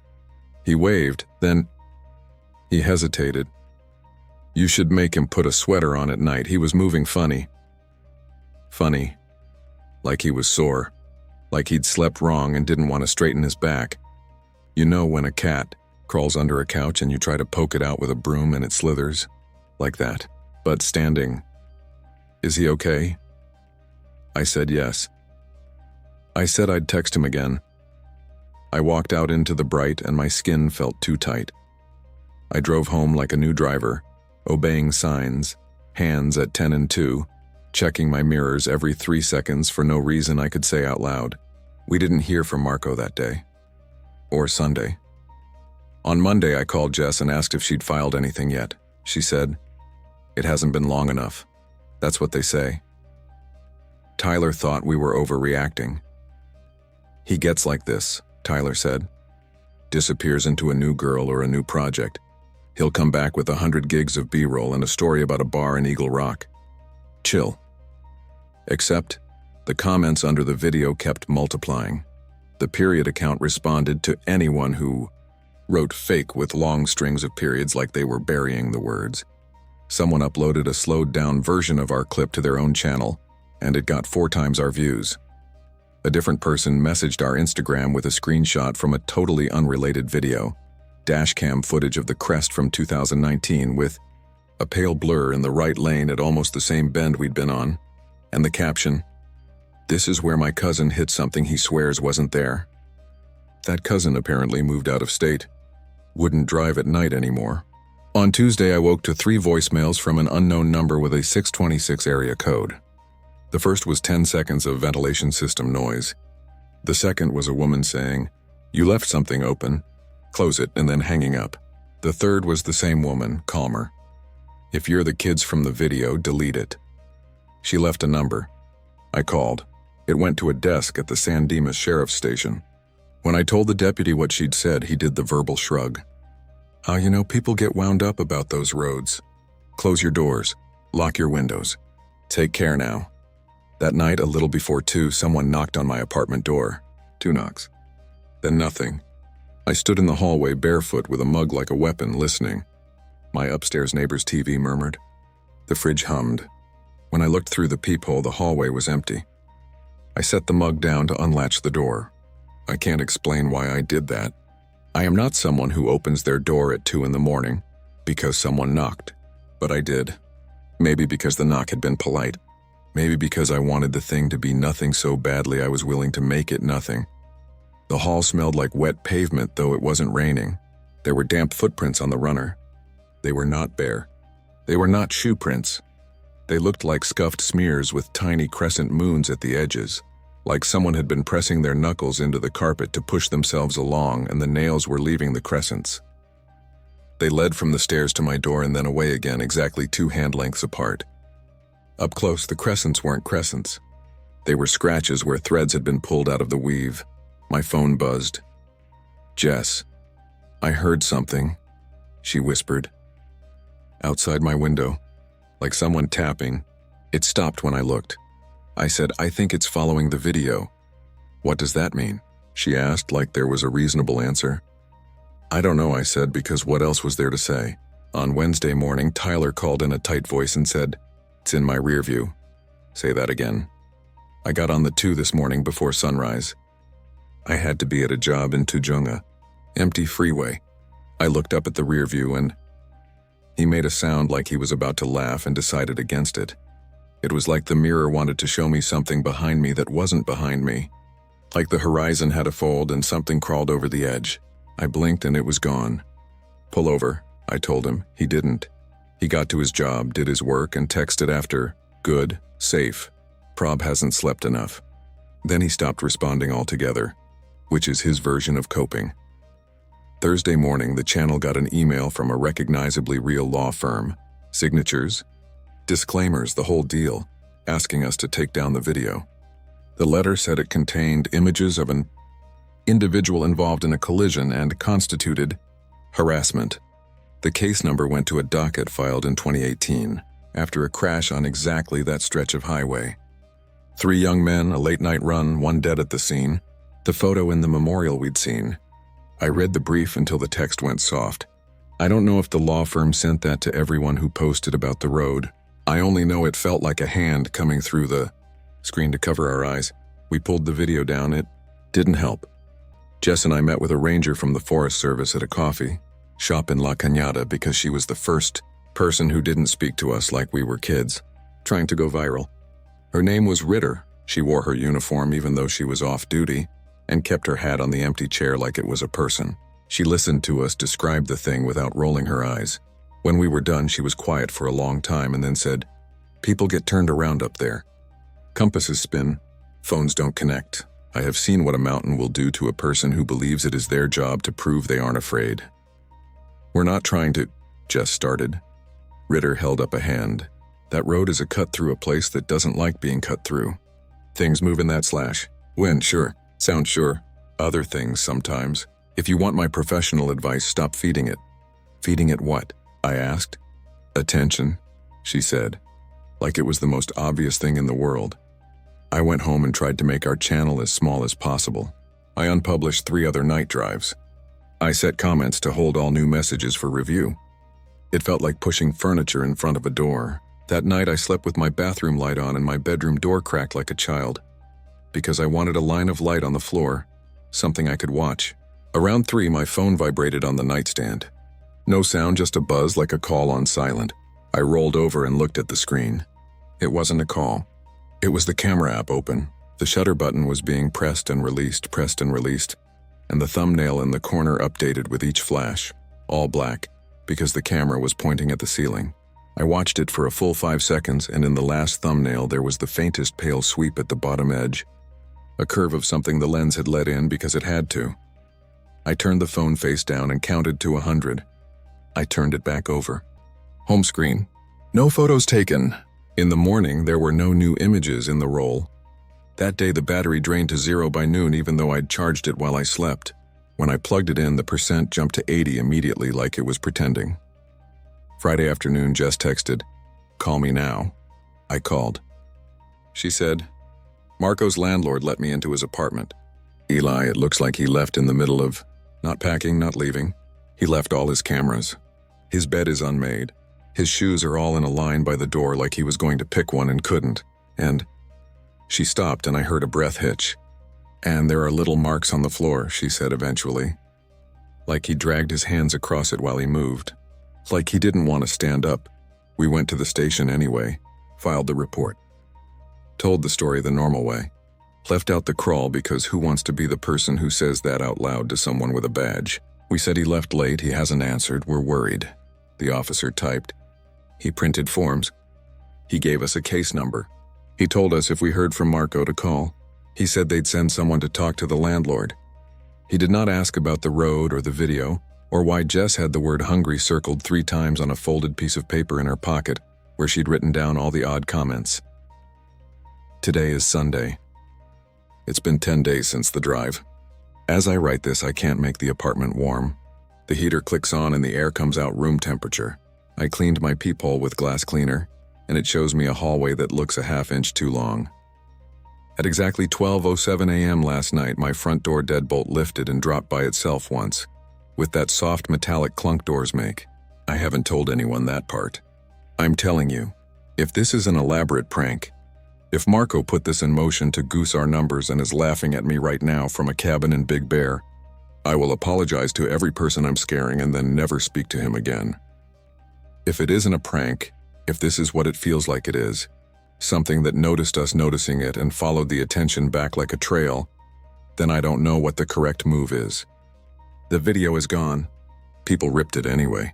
They send me links with our watermark still in the corner like a taunt. Once you put a shape in front of a million eyes, how do you make the eyes forget the shape? I keep thinking about those people standing in the turnouts, quiet in the dark, not looking at the stars. I wonder if they were watching us or watching the road itself or watching the space just behind us where the headlights aren't. I keep thinking about the deer that didn't flinch, about the ranger's hat sitting on the chair like a small patient animal, about Tyler's mirror showing him something the world hadn't caught up to yet. About the call that wasn't a call and the clicks at different distances and how it felt like being underwater and hearing someone knock on the hull of a ship. There's one more thing. I didn't want to write it because it feels like the kind of line you'd add if you were faking. But nothing about this reads well and I'm tired. The last comment under the re-upload, the one with the slowed clip and the freeze frames and the red circles, was posted around 3 this morning by an account with no picture and a single dot for a name. It said, "You took down the first one, good, now take down the rest." And then a minute later it edited the comment and added, "You shouldn't have driven that road after midnight." If any of you are thinking of going up there to prove I'm lying, don't. If you've already been and filmed something you can't stop watching, stop. Delete it. Don't make it a challenge to your friends or your followers. Don't make it content. I don't think it wants your fear. I think it wants you to keep looking. I think it wants your attention stretched thin over it until you forget how to stand up. If I'm wrong, if this is just a sad coincidence tangled up with our dumb idea for a series, I hope that's the worst thing I'm ever accused of, that I made people nervous for no reason. My phone just lit up while I typed that last sentence. It's the camera app again. The shutter is clicking in a slow, steady rhythm like breathing. The thumbnail in the corner shows my ceiling, then my ceiling, then my ceiling. Then, something pale at the bottom edge that could be a hand or could be the curve of light catching the lens wrong. I set the phone face down. It's still clicking. I'm going to post this now. If you know anyone who works search and rescue up in the forest, if you know any ranger named Ritter, if you know anyone named Christopher whose family put a cross on a guardrail, I'm sorry for using your names. I just want to anchor this in something that feels like the truth, because truth is a line you can follow out of a dark place, and right now I don't have many lines left. If I hear from Marco, I'll update, and you can tell me I wasted your time, and I will be grateful to be wrong. Until then, please. If you're driving the crest past midnight and you feel the air get heavy and the car get colder and the radio hum like an open mouth, don't look in your rear view. Don't turn around. Don't slow down because something in the lane ahead of you seems to be lying on its back and moving in a way your brain doesn't want to resolve. Keep going. Get to the flattening. Get to the light. Lock your door. Put your phone face down. Don't feed it. And if you already did, if it's at your door like it was at mine, counting 2 soft knocks and leaving little pulled threads in the carpet, then I don't have advice. I'm on the floor by my door with my hoodie over my knees, watching the thin line of light from the bathroom and listening. The shutter is still clicking. It just stopped. Someone knocked twice, and there's a smudge on the peephole now like a crescent. I'm not going to look. I'm not going to post the video again. I'm not going to check the comments. I'm going to sit here and breathe until the light changes. If you've read this far, do me one favor. Don't type the timestamp. Don't tell anyone where to pause. Let it be behind us. Let it stay in the lane where the asphalt makes that faint zipper sound and the mountain looks back and decides to let you go.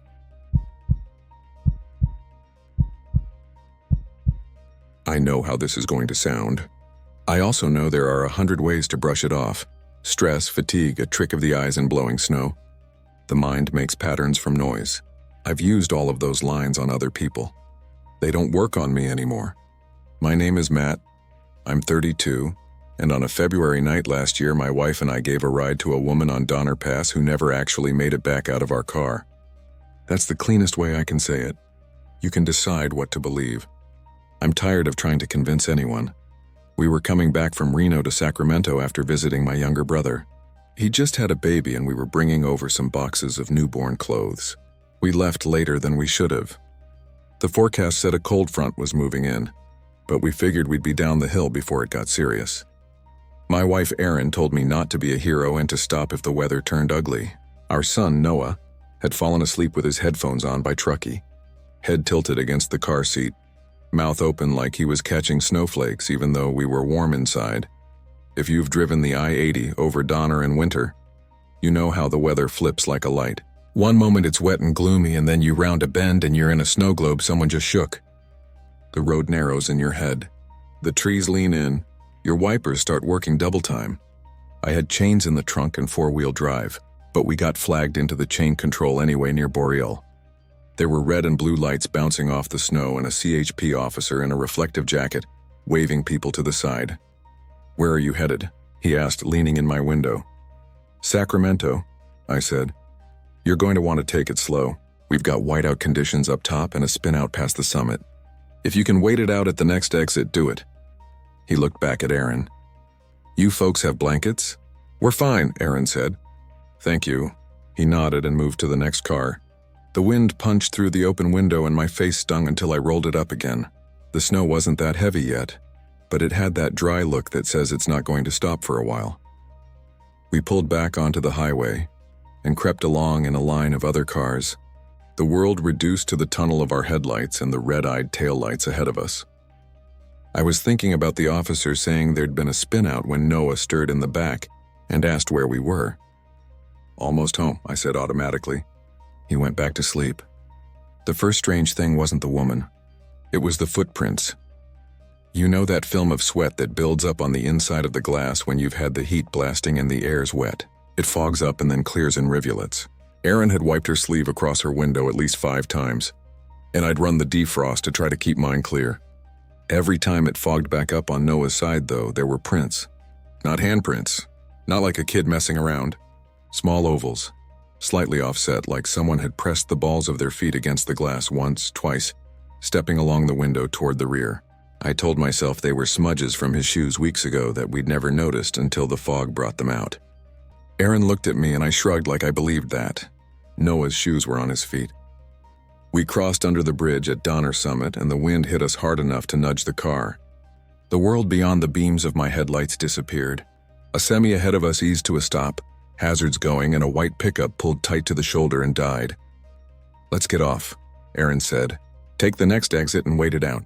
I wanted to be the smart husband in this story. I said yes right away. I put the blinker on and followed the blinking arrow for the next off-ramp. We took the exit into a small pullout with a scattering of other cars, the kind of place that's a gas station in the summer, and a dim, humming generator during a storm. The station's canopy lights were on and snow was blowing through at an angle. There was a small wooden building beside it with a hand-lettered sign on the door that said, "Cabin Cafe." The cafe looked closed, but a string of orange bulbs glowed in the window, and there were silhouettes moving inside. I parked nose into the building, cut the engine, and the storm sound filled the car like a living thing. You forget how noisy the world is until you turn your engine off in a storm. The wind found every gap. That's when we saw her. She was walking up the exit ramp from the highway, turning her face away from the wind like a person stepping through a shower. No gloves, bare hands wrapped around herself. Bare feet, red, buried up to the ankles in the fresh snow with each step. She wore jeans that were soaked to mid-calf and a flannel shirt that hung heavy with water. Her hair was shoulder-length and knotted up like she'd taken it out of a ponytail and forgotten to do anything with it. She looked like she'd gotten caught in a downpour. Not a blizzard except for the skin on her feet, which I'm not going to describe except to say that cold makes a color you don't expect to see on a person. Aaron made a small sound I still hear. We opened our doors and the wind clawed through the car. The woman put a hand up to block the snow from her eyes and blinked at us as if we were the ones out of place. "Hey," Aaron called. "Do you need help?" The woman nodded slow like the movement cost her something. Her lips were pale and when she tried to speak, her voice came through as a breath first, then a whisper. "I'm almost home," she said. "I'm almost home." "Get in," I said. "Please, get in the car." She hesitated, then circled to the passenger side and got in back with Noah. He made a startled sound, fully awake now, eyes wide. The woman saw him and put one hand up as if to show she meant no harm. There was something careful about that gesture, like she had practiced it. Noah slid closer to the middle of the seat, watching her. "What's your name?" Aaron asked, twisting around in her seat. The woman blinked a few times. "Lena," she said, and then added, "Helena." "Lena," Aaron said. "I'm Aaron, this is Matt, that's our son Noah. We're going to go inside and get you warm." "I don't want to drip on your seats," she said. Her voice was clearer now, but she spoke slowly, as if she was translating each word in her head. "I won't be long. I'm almost home." "Where's home, Lena?" I asked. "Do you have a phone?" "Is there someone we can call for you?" She looked past me toward the building. The orange bulbs reflected in her eyes. "My bathroom's the second door on the left," she said. "I'll be quick. I won't pretend that made sense. It didn't in the moment, and it doesn't now." I told myself she was disoriented. People say strange things when they're cold. Aaron took off her scarf and draped it around Lena's shoulders. The wool drank up the water. The scarf had been a gift from my mom. I watched it darken, and then I watched that thought float away like it had been attached to a balloon. We went into the building together, leaning into the wind. I kept my hand on Noah's shoulder, not entirely sure if I was guiding him or making sure he didn't float away. The cafe door stuck in the cold, and when I yanked it open, a wave of coffee, damp wood, and old fryer oil met us like a dog that knew us. Inside, there were about a dozen people, most of them in snow gear, hats, and gloves, talking too loudly because the generator was making a low, steady growl. A man with a red beard stood behind the counter with a towel in his hands, drying a mug. He looked at us the way people in storms look at the next arrivals, checking if they are worse off and thankful when they're not. I stepped aside to let Lena in, and she hesitated just inside the door, as if she wasn't sure whether to commit to being indoors. The floor creaked under her weight. The beard behind the counter did a small double take when he saw her bare feet, then recovered. "We're closed," he said, then looked at Erin, took the measure of her expression, and changed gears without missing a beat, meaning we are absolutely open to the good heater and bad coffee. "Come in." "Thank you," Erin said. "Do you have a bathroom?" "Back hall left of the ice machine." Lena nodded as if he had confirmed something and moved down the short hall, her wet feet leaving prints that looked bruised. I watched her shoulder brush the wall. She is taller than I remember now. In my head, she's always the height of the door frame. That can't be right. She turned left and was gone. The hall light was motion sensor, and it clicked on and off with a lag, a beat behind her steps like a kid trying to keep up. We found a table. Noah folded into a chair with his hoodie pulled up to his ears and watched the hallway. Erin took my hand under the table and squeezed it. I could feel the tremble in it. I squeezed back and pretended it was a reassuring answer to a question she hadn't asked. The man with the red beard brought over 3 paper cups of coffee without being asked. "Name's Dave," he said. "You can pay me with a good story when the road's open." "Thank you," I said. He looked toward the hall. "Did she come in with you?" "Found her on the ramp," Erin said. "She was barefoot." "Happens," he said, which was not the sentence I expected, and then added, "People panic. They get turned around. They ditch their cars and start walking. We're going to call someone for her after she warms up," Erin said. Dave nodded and walked back to the counter. He was already shaking his head like he was talking to someone else in his mind. A woman in a yellow parka sitting at the next table leaned over. She had a calm face, the kind you trust because it looks like it has weathered worse. "You did the right thing," she said. "My husband and I ran search and rescue up here when we were younger. You'd be amazed what the cold makes people do." I thought of the way Lena had spoken. Not scared, not frantic, almost patient. I checked the hall again. The light had shut off and the end of the corridor was dark. The bathroom door was around the corner. I told myself she was taking off wet clothes, running warm water over her feet, trying not to scream because that much cold warming that fast hurts worse than thawing meat. Erin set her coffee down, stood, and said she'd check on her. She was gone for maybe a minute. When Erin came back, she wasn't holding anything and she was trying to keep her face smooth for Noah. She didn't quite make it. She leaned in like she was going to kiss my cheek and said into my ear, "Come with me now." I followed her down the hall. My boots squeaked on the linoleum. The motion light clicked on and illuminated white walls with old flyers stapled to a corkboard. A poster for a missing dog from 2 summers ago with a phone number in pencil. At the corner, there was a door with a plastic sign that said restroom. Erin had the knob in her hand. "It's locked," she said. She turned it. It turned back. The feel of the action was wrong and my brain took a second to register why. It turned all the way without catching anything. "Lena," Erin called. "It's Erin, are you okay?" We both listened. In a storm, silence is heavy. You can hear the building settling. You can hear your own breathing. We heard nothing from behind that door. No water, no breath. No small shift that tells you someone is attending. I felt stupid then. Of course she had gone. Of course she had slipped past us or out the back or wherever people without phones go when they're polite enough to find a bathroom first. I knocked. The door didn't change. I looked back toward the cafe and saw Dave watching us with the towel in his hand. I gave him a nod, the kind that says as little as possible, and he came over without a sigh because he had been waiting for it. "It stuck," I said. "We picked up a woman who needed to warm up. She went in and locked it. Dave set his towel on a shelf and took out a ring of keys that looked like something a jailer would carry in an old movie. He tried two, then a third. The knob turned with a mechanical click. The door didn't move. He shouldered it, bump once, bump twice. "Damn swelling in this humidity," he said automatically. Then he stepped back, looked at me and said, "I'm going to push hard now." He did, and the door swung inward very easily because there was nothing behind it to catch. There was no bathroom. There was a wall about 6 inches behind the door, painted the same white as the hall. The door was a door. It had a knob and a latch and a frame. It had a little brass bolt lock on the inside even though there was no inside.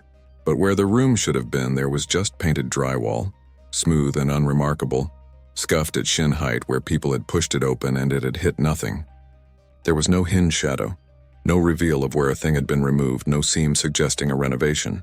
It was solid. Dave stood with his hand still on the knob. His mouth made a shape that had no word attached to it. He closed the door and opened it again as if repetition would summon the missing space. He did it a third time. The door swung open into a blank wall. I reached my hand in and touched paint that was maybe a degree warmer than the hall because why wouldn't it be? Erin was holding both of her hands pressed together like she was praying. Only she wasn't, and the tendons stood up in her wrists. "I swear to you," she said without looking at Dave. She walked in here. Dave closed the door and bent to look at the underside of it, as if maybe the room we needed had rolled underneath and was hiding. When he straightened, he ran a hand over his beard and then, like a man who wants something to be ordinary and needs tools to make it so, he said, "Hold on." He walked to the end of the hall and stood in the open to shout above the generator. "Tony," he called. "Bring me the beam." A minute later, another man came down the hall, big shoulders, a headlamp on a band around his hat. He had a framing hammer in one hand and a pry bar in the other. He flicked the headlamp on and the hall filled with a hard circle of light. Tony didn't ask many questions. He tapped the wall beside the door. It thudded back like a wall should. He tapped higher, lower. He found a stud 2 feet in. "You sure we're doing this?" he asked, but his tone said he'd already decided. Dave said yes without looking at me. The first swing was almost gentle for such a big man. The claw end of the hammer punched through the drywall and the sound carried up through the building like a shout. Behind the drywall was a stud, then insulation, then nothing. Tony pulled more away and pointed the headlamp beam into the void. We peered in like kids at a magic trick, which is a sentence I never thought I'd write about looking into the inside of a bathroom that didn't exist. The void was a narrow chase, a dead space used for pipes or wires, except it wasn't cut for either. It was just empty and it didn't have the depth of a room. The other side was the outer wall. There was no way a person had stepped through there. "Where does your bathroom go?" Erin asked. Her voice had the sudden sharpness of someone trying not to cry. Dave didn't answer. He was looking at the floor. The linoleum had a faint tracked pattern of wet prints from where Lena had walked. They went from the door through the small rectangle of hall to where we stood and then into the cafe. Dave squatted, touched one with his fingertip and then rubbed that finger against his thumb. Water. He stood and we followed the prints back out to the main room. They were there between tables. They led toward the cafe door. They faded near the mat. Erin pushed the door open and the wind tried to elbow its way in. There were no prints outside. Fresh snow had already filled any indentations. We closed the door and the cafe had changed in that nothing had changed and all of us were different. The woman in the yellow parka was watching us with fixed eyes. A 20-something couple by the window stood at the same time without planning it and came over quietly, as if they didn't want to interrupt a ceremony. "Did she come out?" the woman asked. Erin shook her head. Tony stood with the hammer hanging at his side, suddenly unsure what it was for. People had questions. We tried to answer and didn't. The easy questions died first. Did she have a phone, a bag, a name? Erin said Lena and the couple exchanged a look that I pretended I didn't see. When Dave called the ranger station, he had to clear his throat twice before the words fit out. "We've got a situation," he said. "A missing person. Or not missing. I don't know how to explain this unless you come see it. The ranger who came wasn't the man from the chain control. She was a compact woman with a calm that fits people who do hard jobs in bad weather. Her name tag said M. Sanchez.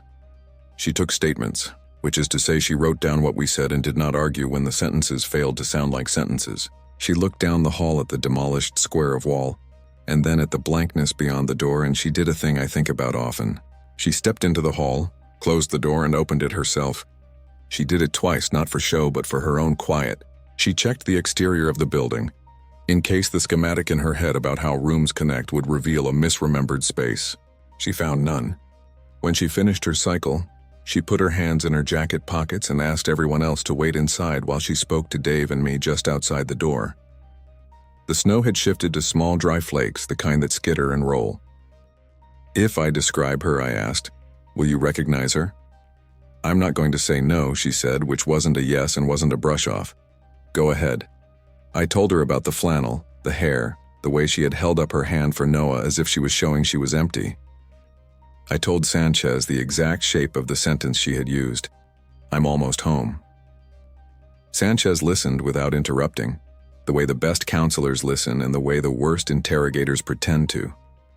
When I finished, she did a small, slow nod that was not quite agreement and not quite dismissal. "You wouldn't be the first to give her a ride," Sanchez said. "It would be neat if that made all of it fall into place." I wanted there to be a stack of reports she could show us, a binder Dave kept under the counter of testimonials. She didn't. She wasn't dramatic about it. She told us the weather did things to people. She told us that people got out of their cars every winter and walked. She told us that occasionally, drivers picked up people who had already walked too far. She told us that a few of those drivers came in out of the weather and said their passengers had gone to the bathroom and never come back out. She said they told the same story. Not exactly, but close enough that when Dave had called and said his bathroom had refused to be a bathroom, they had sent her, and not one of the younger guys, because she knew how to make space around people who were about to feel crazy. Sanchez didn't tell us a ghost story. She told us to rehydrate and wait. She took down Lena's name when we offered it like a gift. She said if anyone came in later looking for anyone, she'd call. She asked Dave if it would be okay if they ripped out a second patch of drywall to make sure a human body was not somewhere a human body should not be. He said yes. She had Tony keep the hammer in his hand. There is a comfort in the practical. The storm eased. The generator coughed and then steadied. People made calls when there was a bar of service and hung up with the preoccupied look of family members who have rehearsed the same conversation twice. We stayed until the CHP lifted the chain control. Dave pressed a bag of donuts into Noah's hand with a seriousness that would have been funny yesterday. Aaron asked to use the bathroom and then stood in the hall looking at the door and went, "Anyway, because life happens even when the world doesn't make sense." When we got back in the car, Noah buckled in without being told. He looked at the space beside him as if he expected someone to be there. "Where did she go?" he asked. There was no childish whine in it, just a question asked by a person who watched something happen and wanted the adult version of cause and effect. "She went home," Aaron said. "How?" he asked. Aaron looked at me and I looked at the snow and the way it had smoothed everything out. "I don't know," I said. "Sometimes people are almost there and then they are." We drove down slowly. The freeway was a gray snake through white. Sanchez's words kept circling, not what she had said, but the things around it. You wouldn't be the first. The way she had closed the door and opened it and closed it again. The calm with which you tell a story you have learned not to try to make sensible. Halfway down to Colfax, the AM radio crackled. I hadn't turned the radio on. The antenna on my car had snapped off in a car wash 2 years ago, and the AM band had been nothing but a dentist's drill of static since. The crackle shaped itself into a song for a breath, a carriage of a melody that made no sense because it sounded like a hymn, the kind my grandmother had hummed while watering plants. It faded. Noah didn't notice. Erin did. She reached for the dial and then didn't touch it, as if touching it would confirm something was actable. At home, the world pretended to be exactly what it had been. The house was the same house. The cat yawned from the back of the couch with the injury-free grace of a creature that has never done anything it did not intend. We put Noah to bed and stood in the hall outside his door, listening to his breathing even though he never has trouble falling asleep. Erin went to brush her teeth and stopped in the bathroom doorway with her hand on the light switch. She stood there long enough that I came to stand behind her. The yellow light revealed the tub, the sink, our life. The mirror needed cleaning. The tile had cracked by the baseboard last summer and I had promised to fix it, and then the days had not been long enough. The door to our bathroom is an old one with a heavy swing and a latch that sticks occasionally. Erin turned the water on for a basic, human reason. It ran. She stuck her hands under it and held them there until you could see the color come back. She dried them and left the towel skewed, which she would never do. In the morning, there were small ovals on the inside of the glass of my back passenger window. I told myself it was the same smudges from the night before revealed again by cold. I told myself they were mine from when I used my feet to push a box back the previous week. I told myself that if I breathed slow, I could breathe the thing away. Sanchez called 3 days later. She spoke with the same quiet as before. They had checked missing persons, recent and old. There was no one named Lena or Helena reported within 100 miles of where we saw her. No cars found on the side of the highway unclaimed. No families asking. No left behind shoes. She said she was not surprised. She said she was not unconcerned. Both things can be true. They had cut out a second section of the wall. Behind it had been more stud, more insulation, and the gentle dust that settles in places people forget. No pipes, no cavity. She said she would keep my number and asked if she had my permission to call if someone ever came in looking. I told her yes and said her name back to her like it would keep us both real. Nights after that, around the time, the street goes quiet and the small noises between things get loud. I would wake and hear water running. The sound was never coming from our bathroom. It was always a joining of sounds that resolved into water, like the heater and the wind and the refrigerator deciding together that they could be a stream. Erin heard it once and turned on her side and pressed her face against my shoulder. There was no fear in it.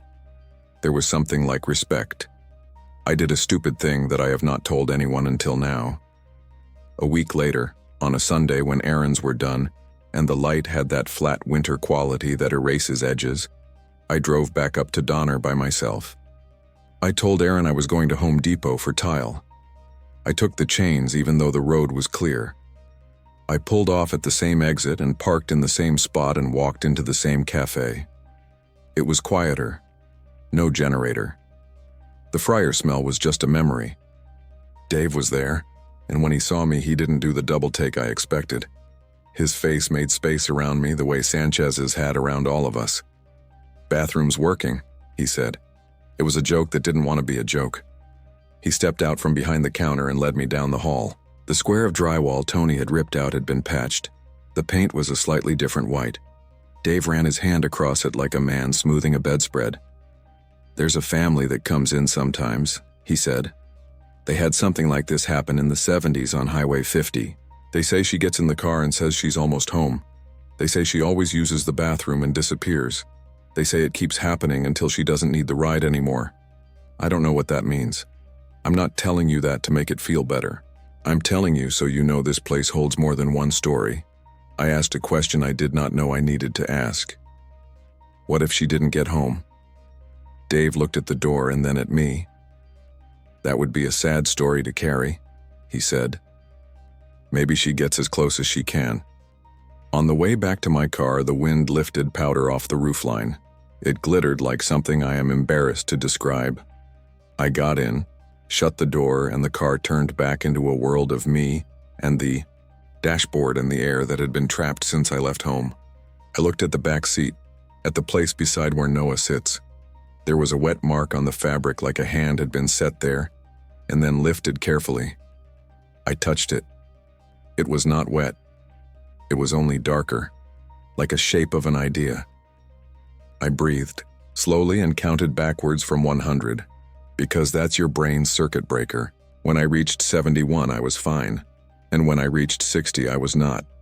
I don't have a last twist to make this worth your time. The world does not always give you a final click. A month later, when the storm had become a story, and the story had become a pattern we avoided, I was tucking Noah into bed and he asked if Lena had made it home yet. I said yes because to a 9-year-old the truth must include a contour of safety. He said good and then said very softly that he had seen her outside the car window the night we drove down. He said she walked beside us for a while, not touching. The car stepped steady. matching our speed the way a person on a treadmill matches their reflection. He said she looked at him once.